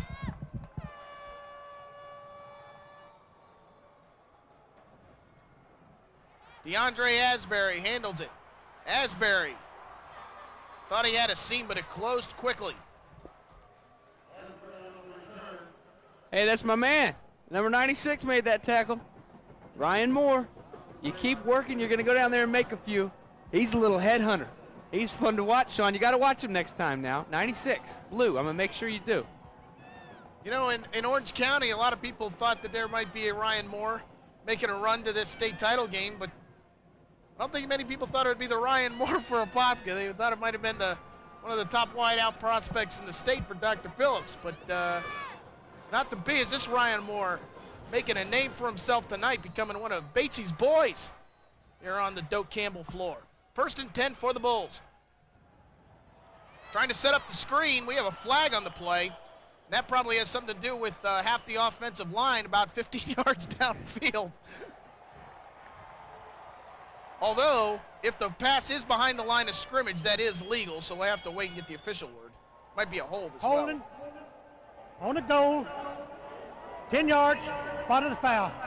Well, Sean, that's what you don't want to do. You want those guys to go barreling through there after your quarterback when you're setting up the screen play. You don't want them hanging around near those offensive linemen. You want those offensive linemen to be the next wave and go take out those backers and what's left of the defensive line. You want everybody to just open up the gates and go after that quarterback, and then you dump it off and you set up the screen. You don't want them lingering there. You have the feeling that offensive coordinator Tim Harris of the Bulls is searching for something that will work against the starter defense. Willis throws, completes it to Chris Evering.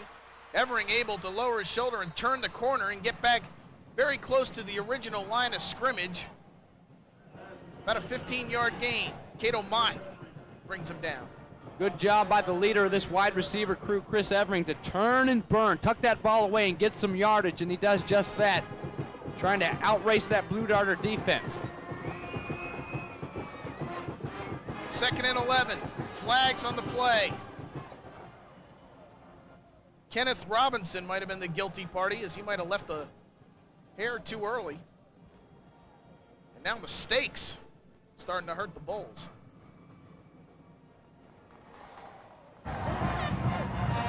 Dead ball, false start, goal, 5 yards, replay second down.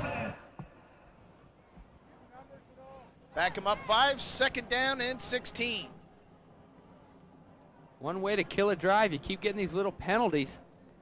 Trying to get something going for once offensively. The Northwestern Bulls have been shut out on the offensive side of the ball tonight.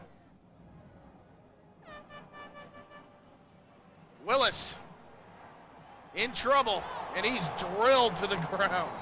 Ouch. Glenn Peoples sticking Willis to the turf.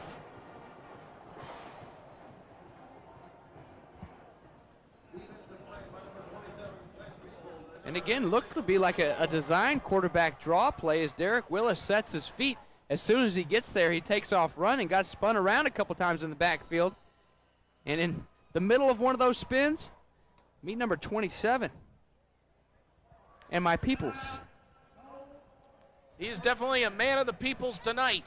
The Northwestern Bulls are going to take a timeout and talk about this. They're just searching, trying to find something that will work offensively. They trail this one 27-8 with 3:23 remaining here in the third quarter. So we'll take a timeout. Don't go anywhere. The 6A title, it's on the line. We'll be back to Tallahassee. Welcome back. 3rd and 16. Willis buying some time.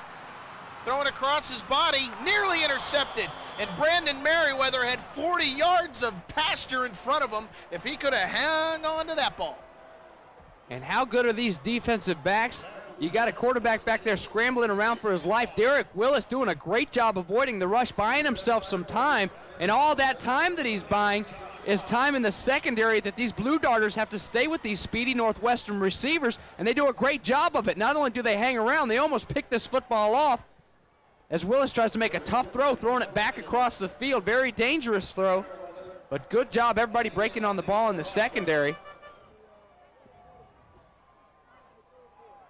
Derek Willis's punt will roll down around the 30-yard line as Brandon Merriweather just walks away from it.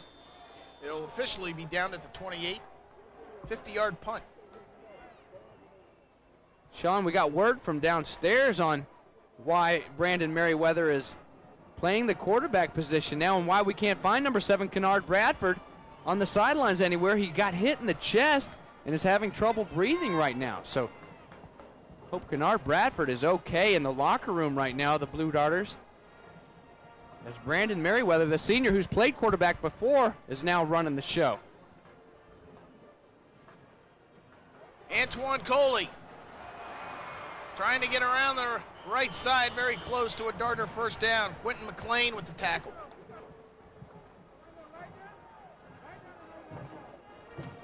And the Darters have the Bulls defense just flat out confused. They don't know where to go. Well, and Antoine Coley, he's got some flat out speed. He has to. You beat the Northwestern Bulls to the sideline and turn that corner on him, you've got to have some juice. He's got some blockers up front first. All 142 pounds racing to the corner there. Finally, he's run out of bounds. But a big pickup, almost a first down as they bring the sticks across the field. Coley, 55 yards so far in this game.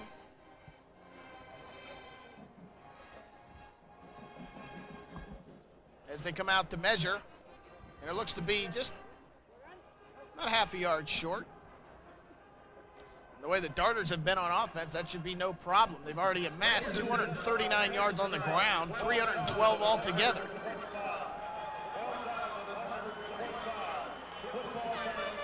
And they've just announced the attendance, a little over 12,000 people here on hand to watch this Class 6A state championship game, and that means there are 2 games of the 6 that have reached crowds of over 10,000. So impressive numbers, and it shows the excitement and support that high school football gets here in the state of Florida. Looks to me like that 12,000 might just be on the Northwestern side.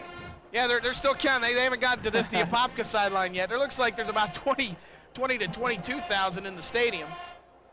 Got to tip your hat to these Northwestern Bulls fans making the long trip trek from the bottom. All the way from the bottom to the top they came to the capital of our state, Tallahassee. And Steve Baylor has enough for a first down. And how about Steve Baylor? Had a chance to step out of bounds, but planted his foot, lowered his shoulder, picked up about 3 or 4 more yards. Great job running. You talk about the team effort that goes into this game. Earl Clayton is blocking into the whistle, the wide receiver. He's lined up wide, and he's out there blocking those defensive backs all the way, clearing the way down the field.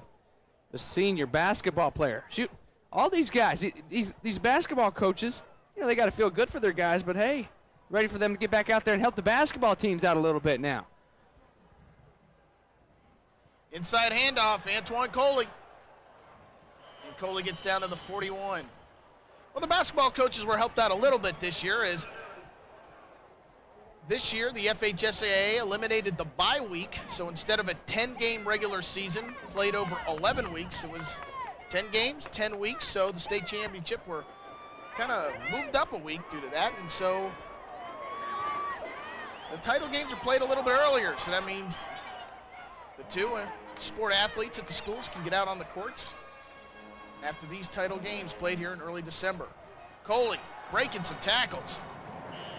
First down. Earlier, everything was going to the left side. Now, the trend is take it to the right side. You know what, Sean? Left side, right side, it's working for the guys in blue right now. They're moving the ball once again, and the Northwestern Bulls can't do anything about it.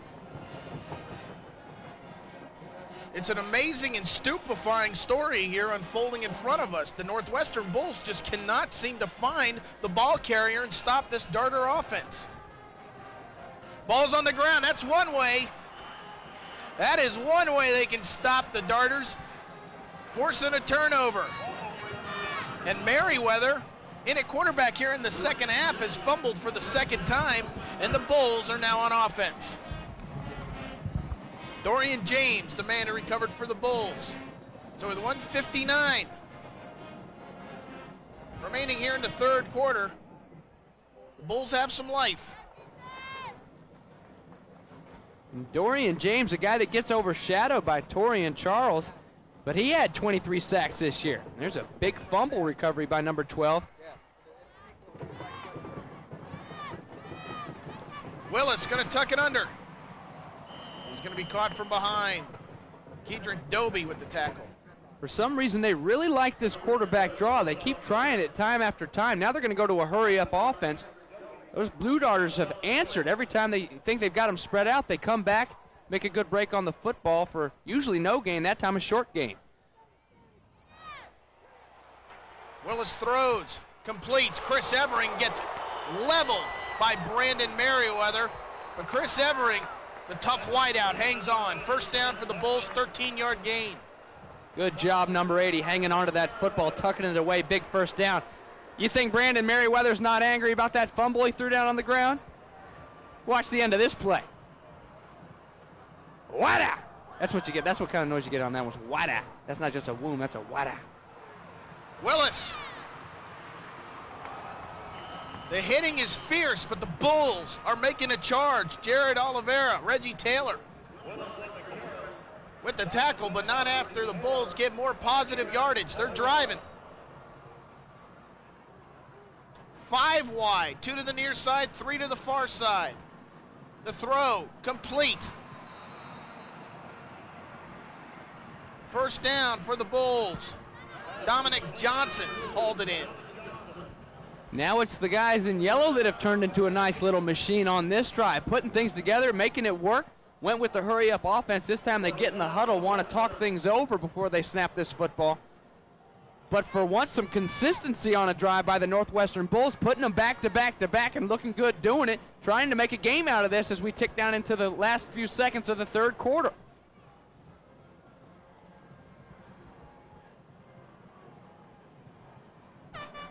First and 10, Terrence Smith.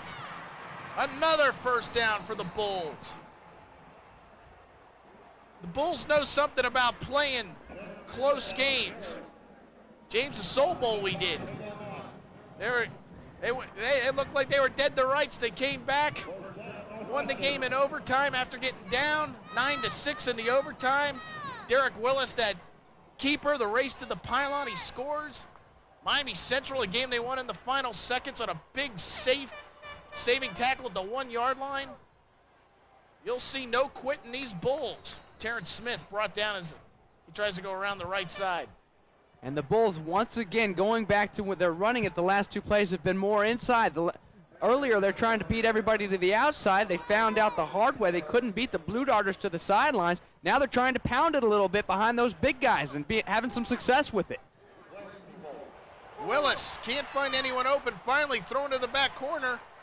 Nearly intercepted. Nate Jenkins had his hands on it for the Darters. Incomplete. Nate trying to get his 11th interception of the year. He leads the team with 10. Just misjudges it a little bit. Kenneth Robinson, ball was intended for. Guy the Northwestern coaches say will be the next great wide receiver at Northwestern. They've had some good ones go through there too. Antonio Bryant, one guy that comes to mind playing his football at Pittsburgh, and oh wow, he didn't misjudge it. He just didn't catch it. This has been the longest offensive drive so far for the Bulls, 8 plays. One for the end zone, and Willis overthrows his receiver, throws it out of bounds to be exact, looking for Gene Antoine, incomplete. And that time he had that man open. Kenneth Robinson had a few steps on his man. He threw it to the inside guy, and it was still overthrown. It looks like we're going to have a timeout. The Apopka Blue Darters calling a timeout. Situation is now 4th and 6. There you see the numbers on Derek Willis. Not championship numbers, 9 of 22. 79 yards. And on his behalf, Sean, a lot of those have been drops. He's thrown a good ball throughout the night. Some bad, but quite a few good ones that have hit the hands of some of his receivers. They've started to catch them as of late, though. So big 4th down call here. Very important now to know where those first down chains are. Defensively, you got to know where they are. You can't let the guys, you can't drift. As a linebacker, you get in those drops, you keep everything in front of you, and you can't drift too far where those guys can cut it off right at the sticks and catch it for an easy first down right across the middle, which is the easiest throw for those quarterbacks. And as a wide receiver, equally as important to find the chains, run your route there. You don't want to run your route at 4 yards when you need 6 and get tackled and not get the first down. The quick out, incomplete. And the Bulls will turn it over on downs. Dominic Johnson, the intended receiver. Willis had him, just unable to connect. Looked like just as he was coming out of his route, trying to hook up there, Dominic Johnson hit the grass, maybe slipping on this graph. It's pretty foggy in here now in Doak Campbell Stadium, kind of wet. And we keep talking about how as the games go on, this being the 6th game of the weekend, the very last game here in the championships, a lot of that grass is getting worn down. The Seminole head, almost all the way gone.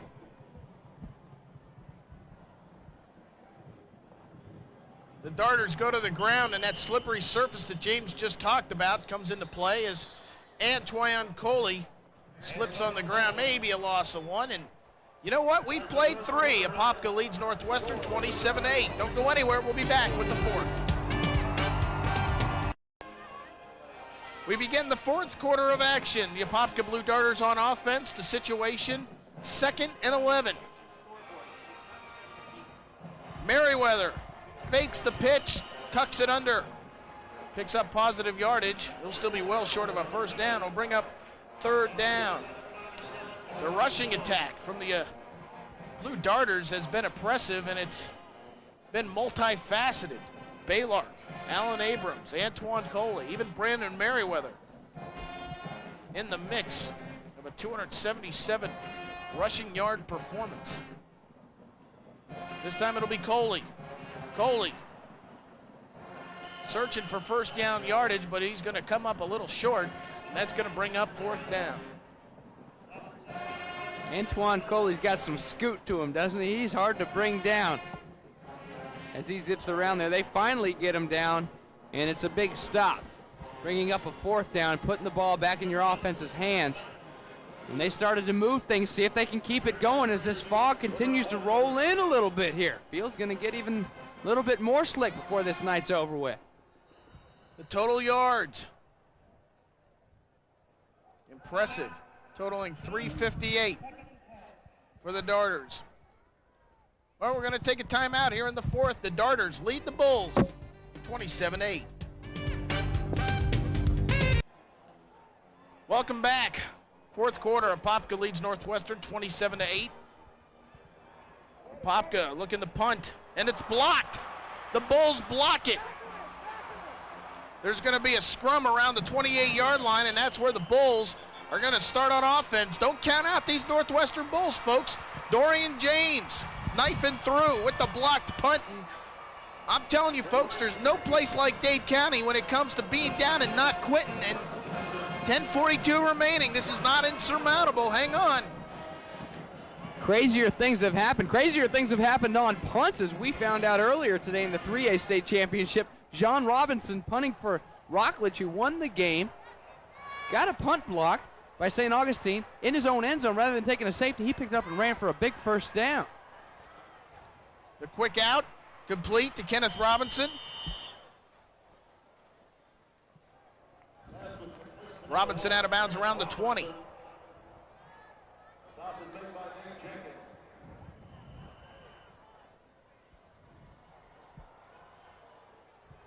Second and 3. The throw. In and out of the hands of Evering, and it ends up in the hands of Dominic Johnson.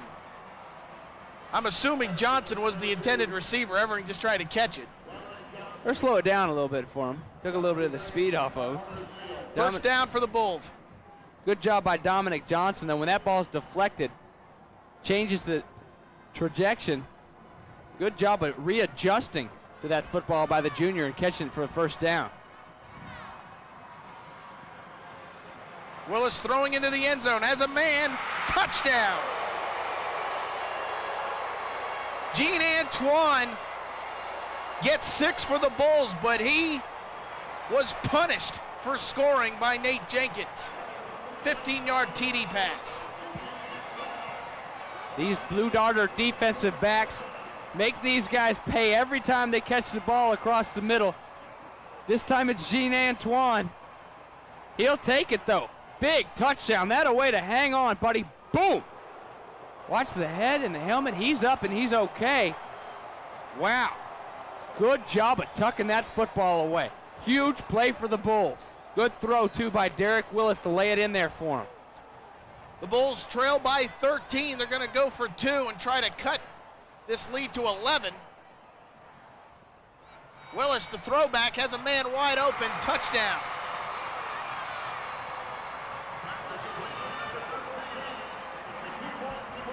Looked like number 13 hauling it in. Clifton Dixon, the junior. 2-pointer good in 3 plays. 27 yards. And it only took him 31 seconds.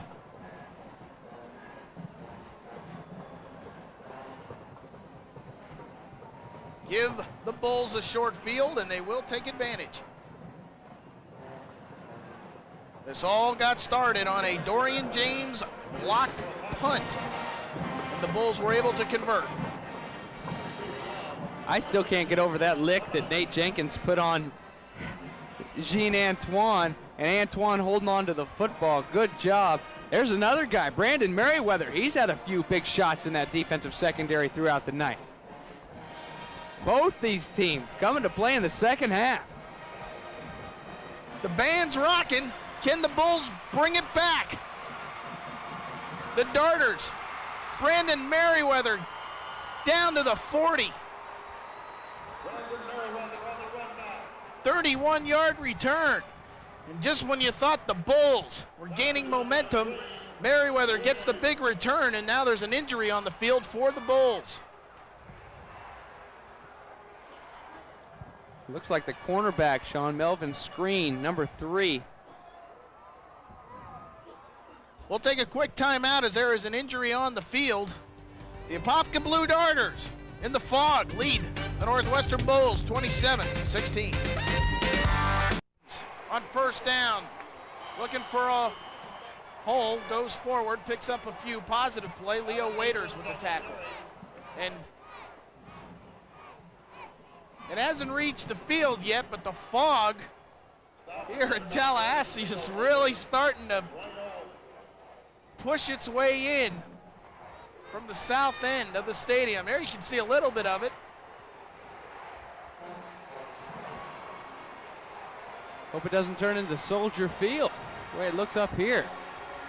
2nd and 8, going to the option, Baylark.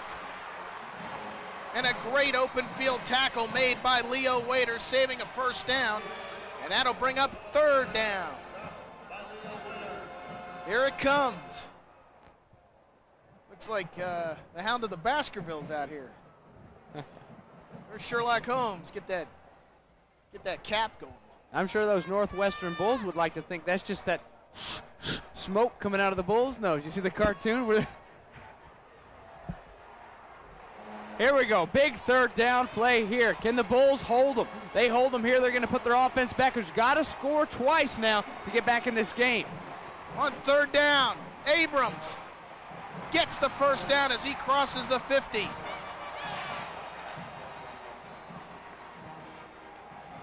Sean, these Blue Darters do not know the words give up.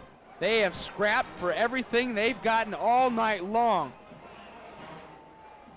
And just because I like this number so much, how about it one more time? 263 yards, the 263 pounds average on that offensive line of Northwestern, 180 pounds average on the defensive line for Apopka. That's just an example of what we've got here all night long. A lot bigger team are the Northwestern Bulls, but the Apopka Blue Darters playing huge right now in the Doak. The quarterback, Merriweather, keeps it as he crosses the 45 to the 44. Charles with the tackle.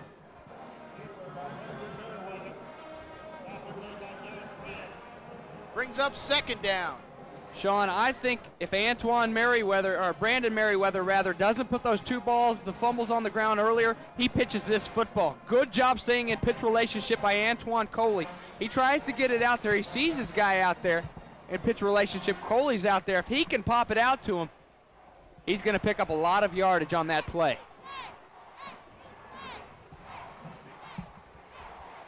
Second down, Abrams. Maybe a yard. It'll bring up another 3rd down situation for the Blue Darters. 7:22 on the clock. And this fog is... Yeah, it's coming in. It's hard. It's getting very difficult to see the other side of the field. I was a part of that game that a lot of Florida State fans like to call the choke at the Doak, the 31-31 tie where they came back from well behind in the second half. This is the smoke at the Doak. The Doak is smoking this afternoon. Yeah, but I remember you weren't on the field that much. You were only in on the good defensive plays, I remember, if I remember correctly. They should have played you more in that game. Around the left side, Coley, 1st down, Darters. And that's 302 yards rushing now for the Blue Darters against the 71st Street defense, a very stingy defense all year long. And they're just pounding away, not only at the yardage, but pounding away at the clock. 6:42 now left in this game. Northwestern has to do something. Another big turnover would be huge for those guys up front. Tremaine Stills, Clifton Dixon, Homer Sellers, Torian Charles. We haven't heard too much from Torian in a while. Number 11, the big stud at defensive end, number 11.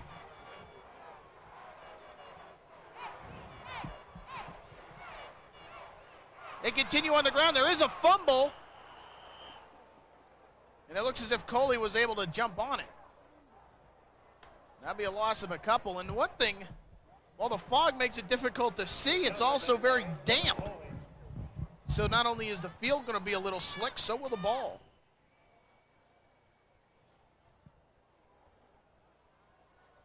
But luckily for us, the Northwestern Bulls wearing those bright gold uniforms are like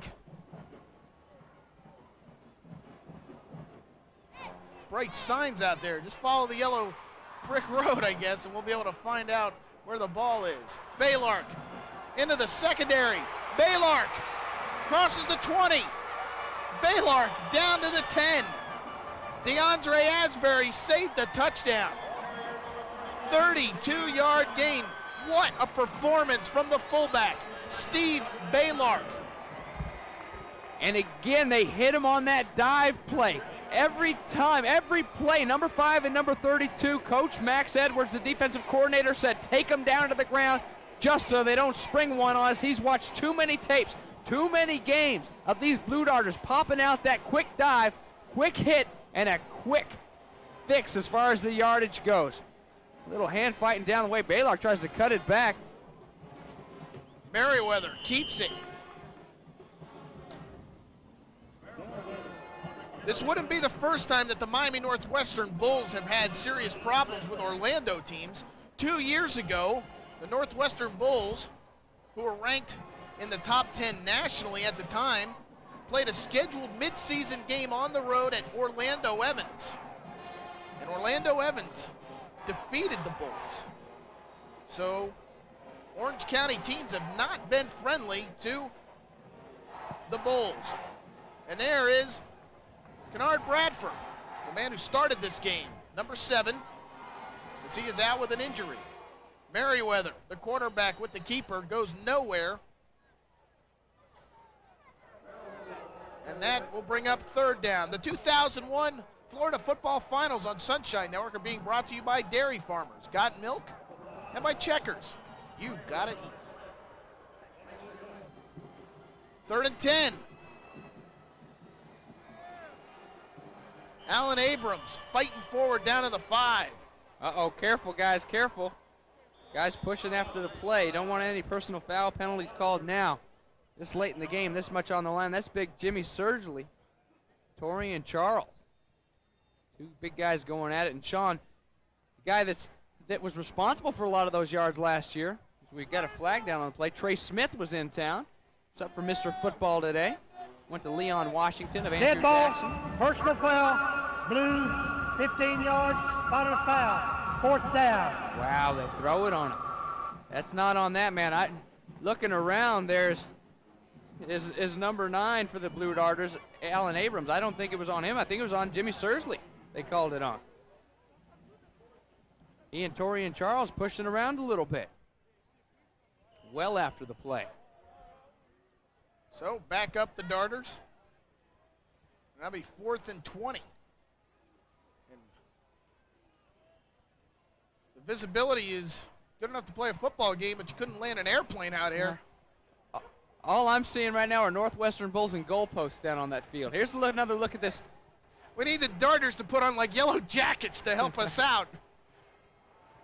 Get some more, hold some flares for us as they carry the ball. Theodis McMiller is going to get the ball, and he's going to be dropped all the way back at the 30-yard line. Charlie Jones, not the broadcaster, the Bull, makes the tackle. That was a 4th down play, so they'll flop sides now. After that little love pat that Jimmy Surgley gave Torian Charles, pushing them way back, even out of field goal range. Now the Northwestern Bulls, they have to deal with the fog, they have to deal with all the yards, and more importantly, they have to deal with this Apopka defense that's been very stingy and very fast all day long. They're going to have to go to the air now with 2:48 left, Sean. And folks, that angle you're seeing is below us, and we're having a tough time seeing. The ball's in the air, incomplete, and it's becoming a guessing game because, folks, frankly, it's very difficult for us to see the ball. I remember as a kid, they used to have these balls with like light sticks in them. And maybe that's what they need to go to just to kind of help everybody out here.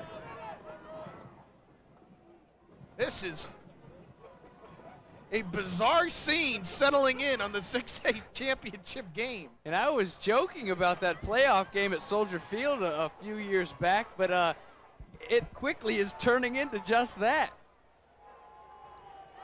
I mean, what else could go wrong for the Bulls? They need to throw the ball to get back in it, and not only are they fighting the Darters, they have to fight the fog as well. Willis. Thrown to the ground. Kedrick Doby with the tackle.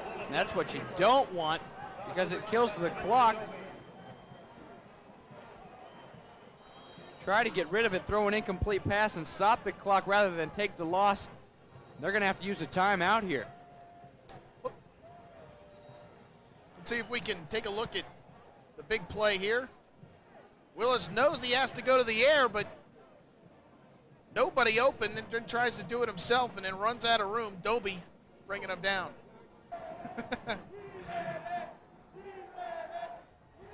On third down. Your guess is as good as mine. Well, incomplete is the official word we're getting. Fourth down. Let's just watch the Apopka fans right underneath the booth, and if they clap. Yeah, this is an ISO on the Apopka bench.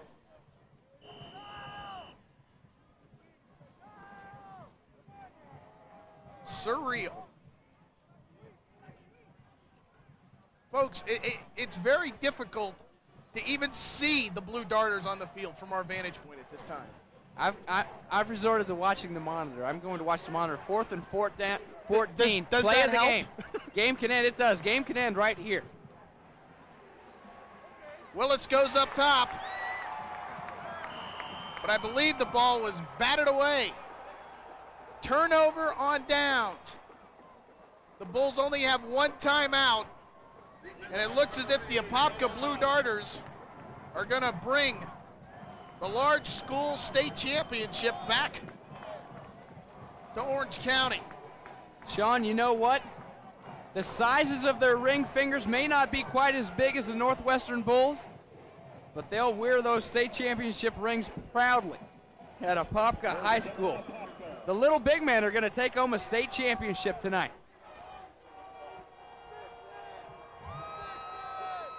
And some of the great Apopka teams that have had some of the great players such as Warren Sapp, the Jeremy Rudolph teams, as Baylor trying to tack on another, gets all the way down to the 2, 24-yard gain. See, the bad thing now is you put in some of your backups, you get them a little bit of experience. They can't wait to get home and see themselves on TV for the first time, and they don't get to see themselves on TV. Nobody will believe them. Another look at it. Look at Baylor. How about these guys still running hard?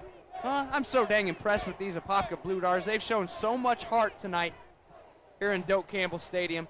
Northwestern Bulls have as well, but you got to tip your hat to the scrappiness of the Apopka Blue Darters. Trying to see if Merriweather got in. There's no official sign. He is. Touchdown, Darters. With 1:47 remaining, the Darters make the score 33-16.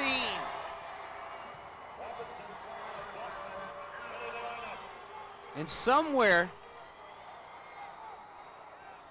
over in the Tampa area, number 99, probably got a dip in, sitting back in his easy chair smiling right now. For his Apopka Blue Darters, Warren Sapp is going to be a happy man when he sees this score.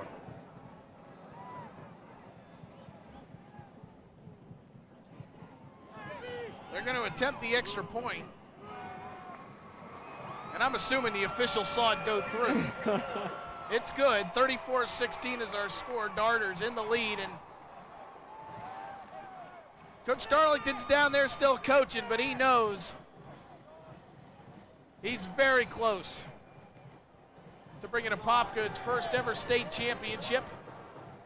Rick Darlington in his third year. What a turnaround. And it's really been a great year for the city of Apopka. If you can remember back in August, the Little League team, the Baby Darters, got all the way to the Little League World Series final before finishing in second place. Is a return by the Bulls. DeAndre Asbury brings it out. Now, usually at the end of a victorious game, it'd be from the Gatorade buckets, but that's just because it's so foggy down there. Coach is getting a little bit wet.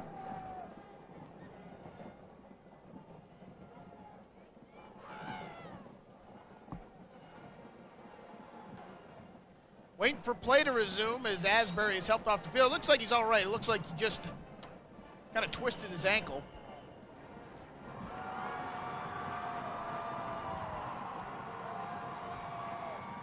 Willis going to the air. Waiting for an official word. Incomplete. You know what is very ironic about this, Sean? I rode up to the press box tonight on the elevator with a couple assistant coaches from Northwestern, and they were very upset because the FHSAA wouldn't let them use their smoke machine when they come running out. Here you go, guys. How's this? Batesy fixed you up good. Yeah, I took care of you. Or maybe the Apopka coaches are, after they had that meeting with the FHSAA, were in the elevator going, yeah, we'll show them. As they put strategic machines around the stadium.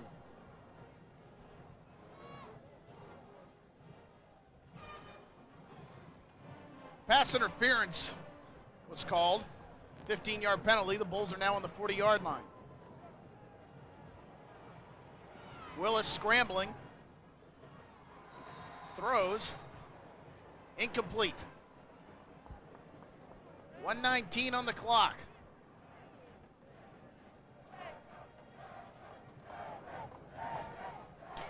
You know, I remember that game at Soldier Field between the Bears and the Eagles, I believe it was. And I remember thinking, boy, would it be neat to try to be up in the booth trying to call a game like that.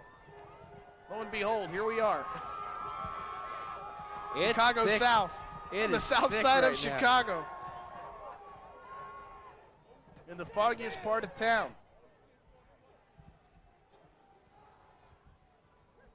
Very cloudy up here in the booth right now. Nice catch by Chris Evering. Crossing midfield. First down for Northwestern.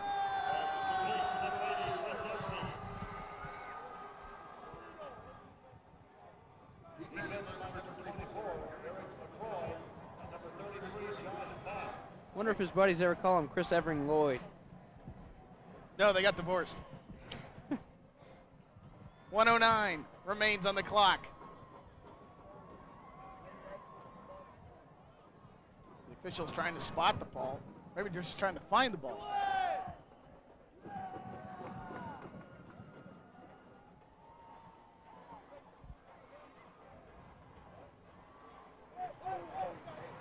Willis scrambling, trying to get out of bounds. Very close to a first down.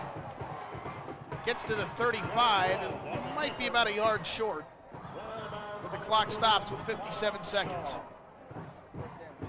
Sophomore linebacker in there getting a little bit of action. Kyle Armstrong running him out finally. It's been a long day for Willis. Here he is. Picking up some yardage, puts that ball away outside Armin. Turns his shoulders, tries to get as much as he can. There's Armstrong come sliding across.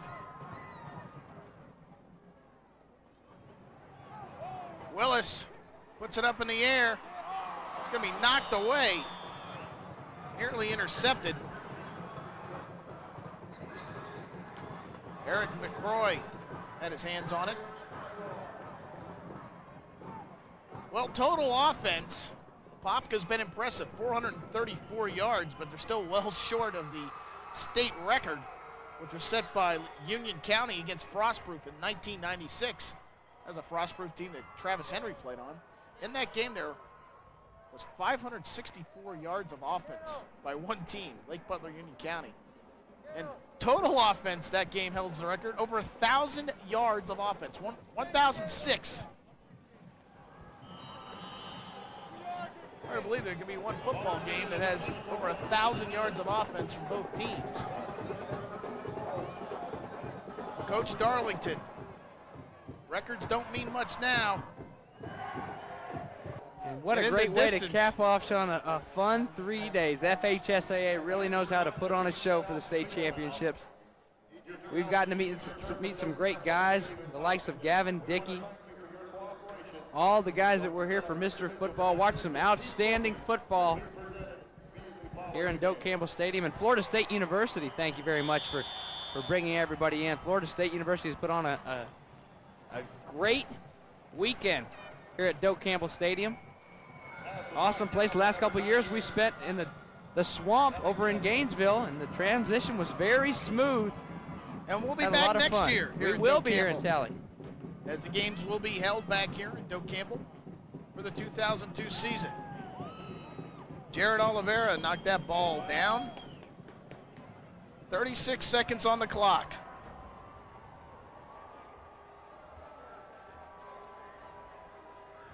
New quarterback in for the Blue Darters, Billy Ray Robinson.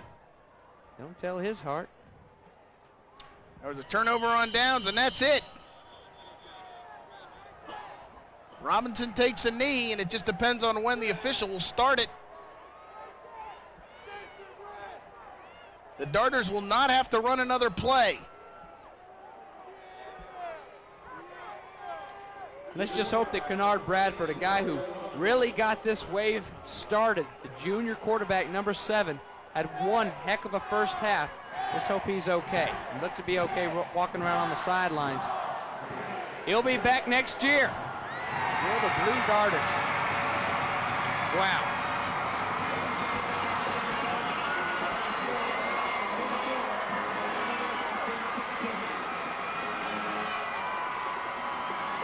The Apopka Blue Darters have done it, and they are your Class 6A 2001 champions. We'll take a quick break and be back to Doak Campbell Stadium.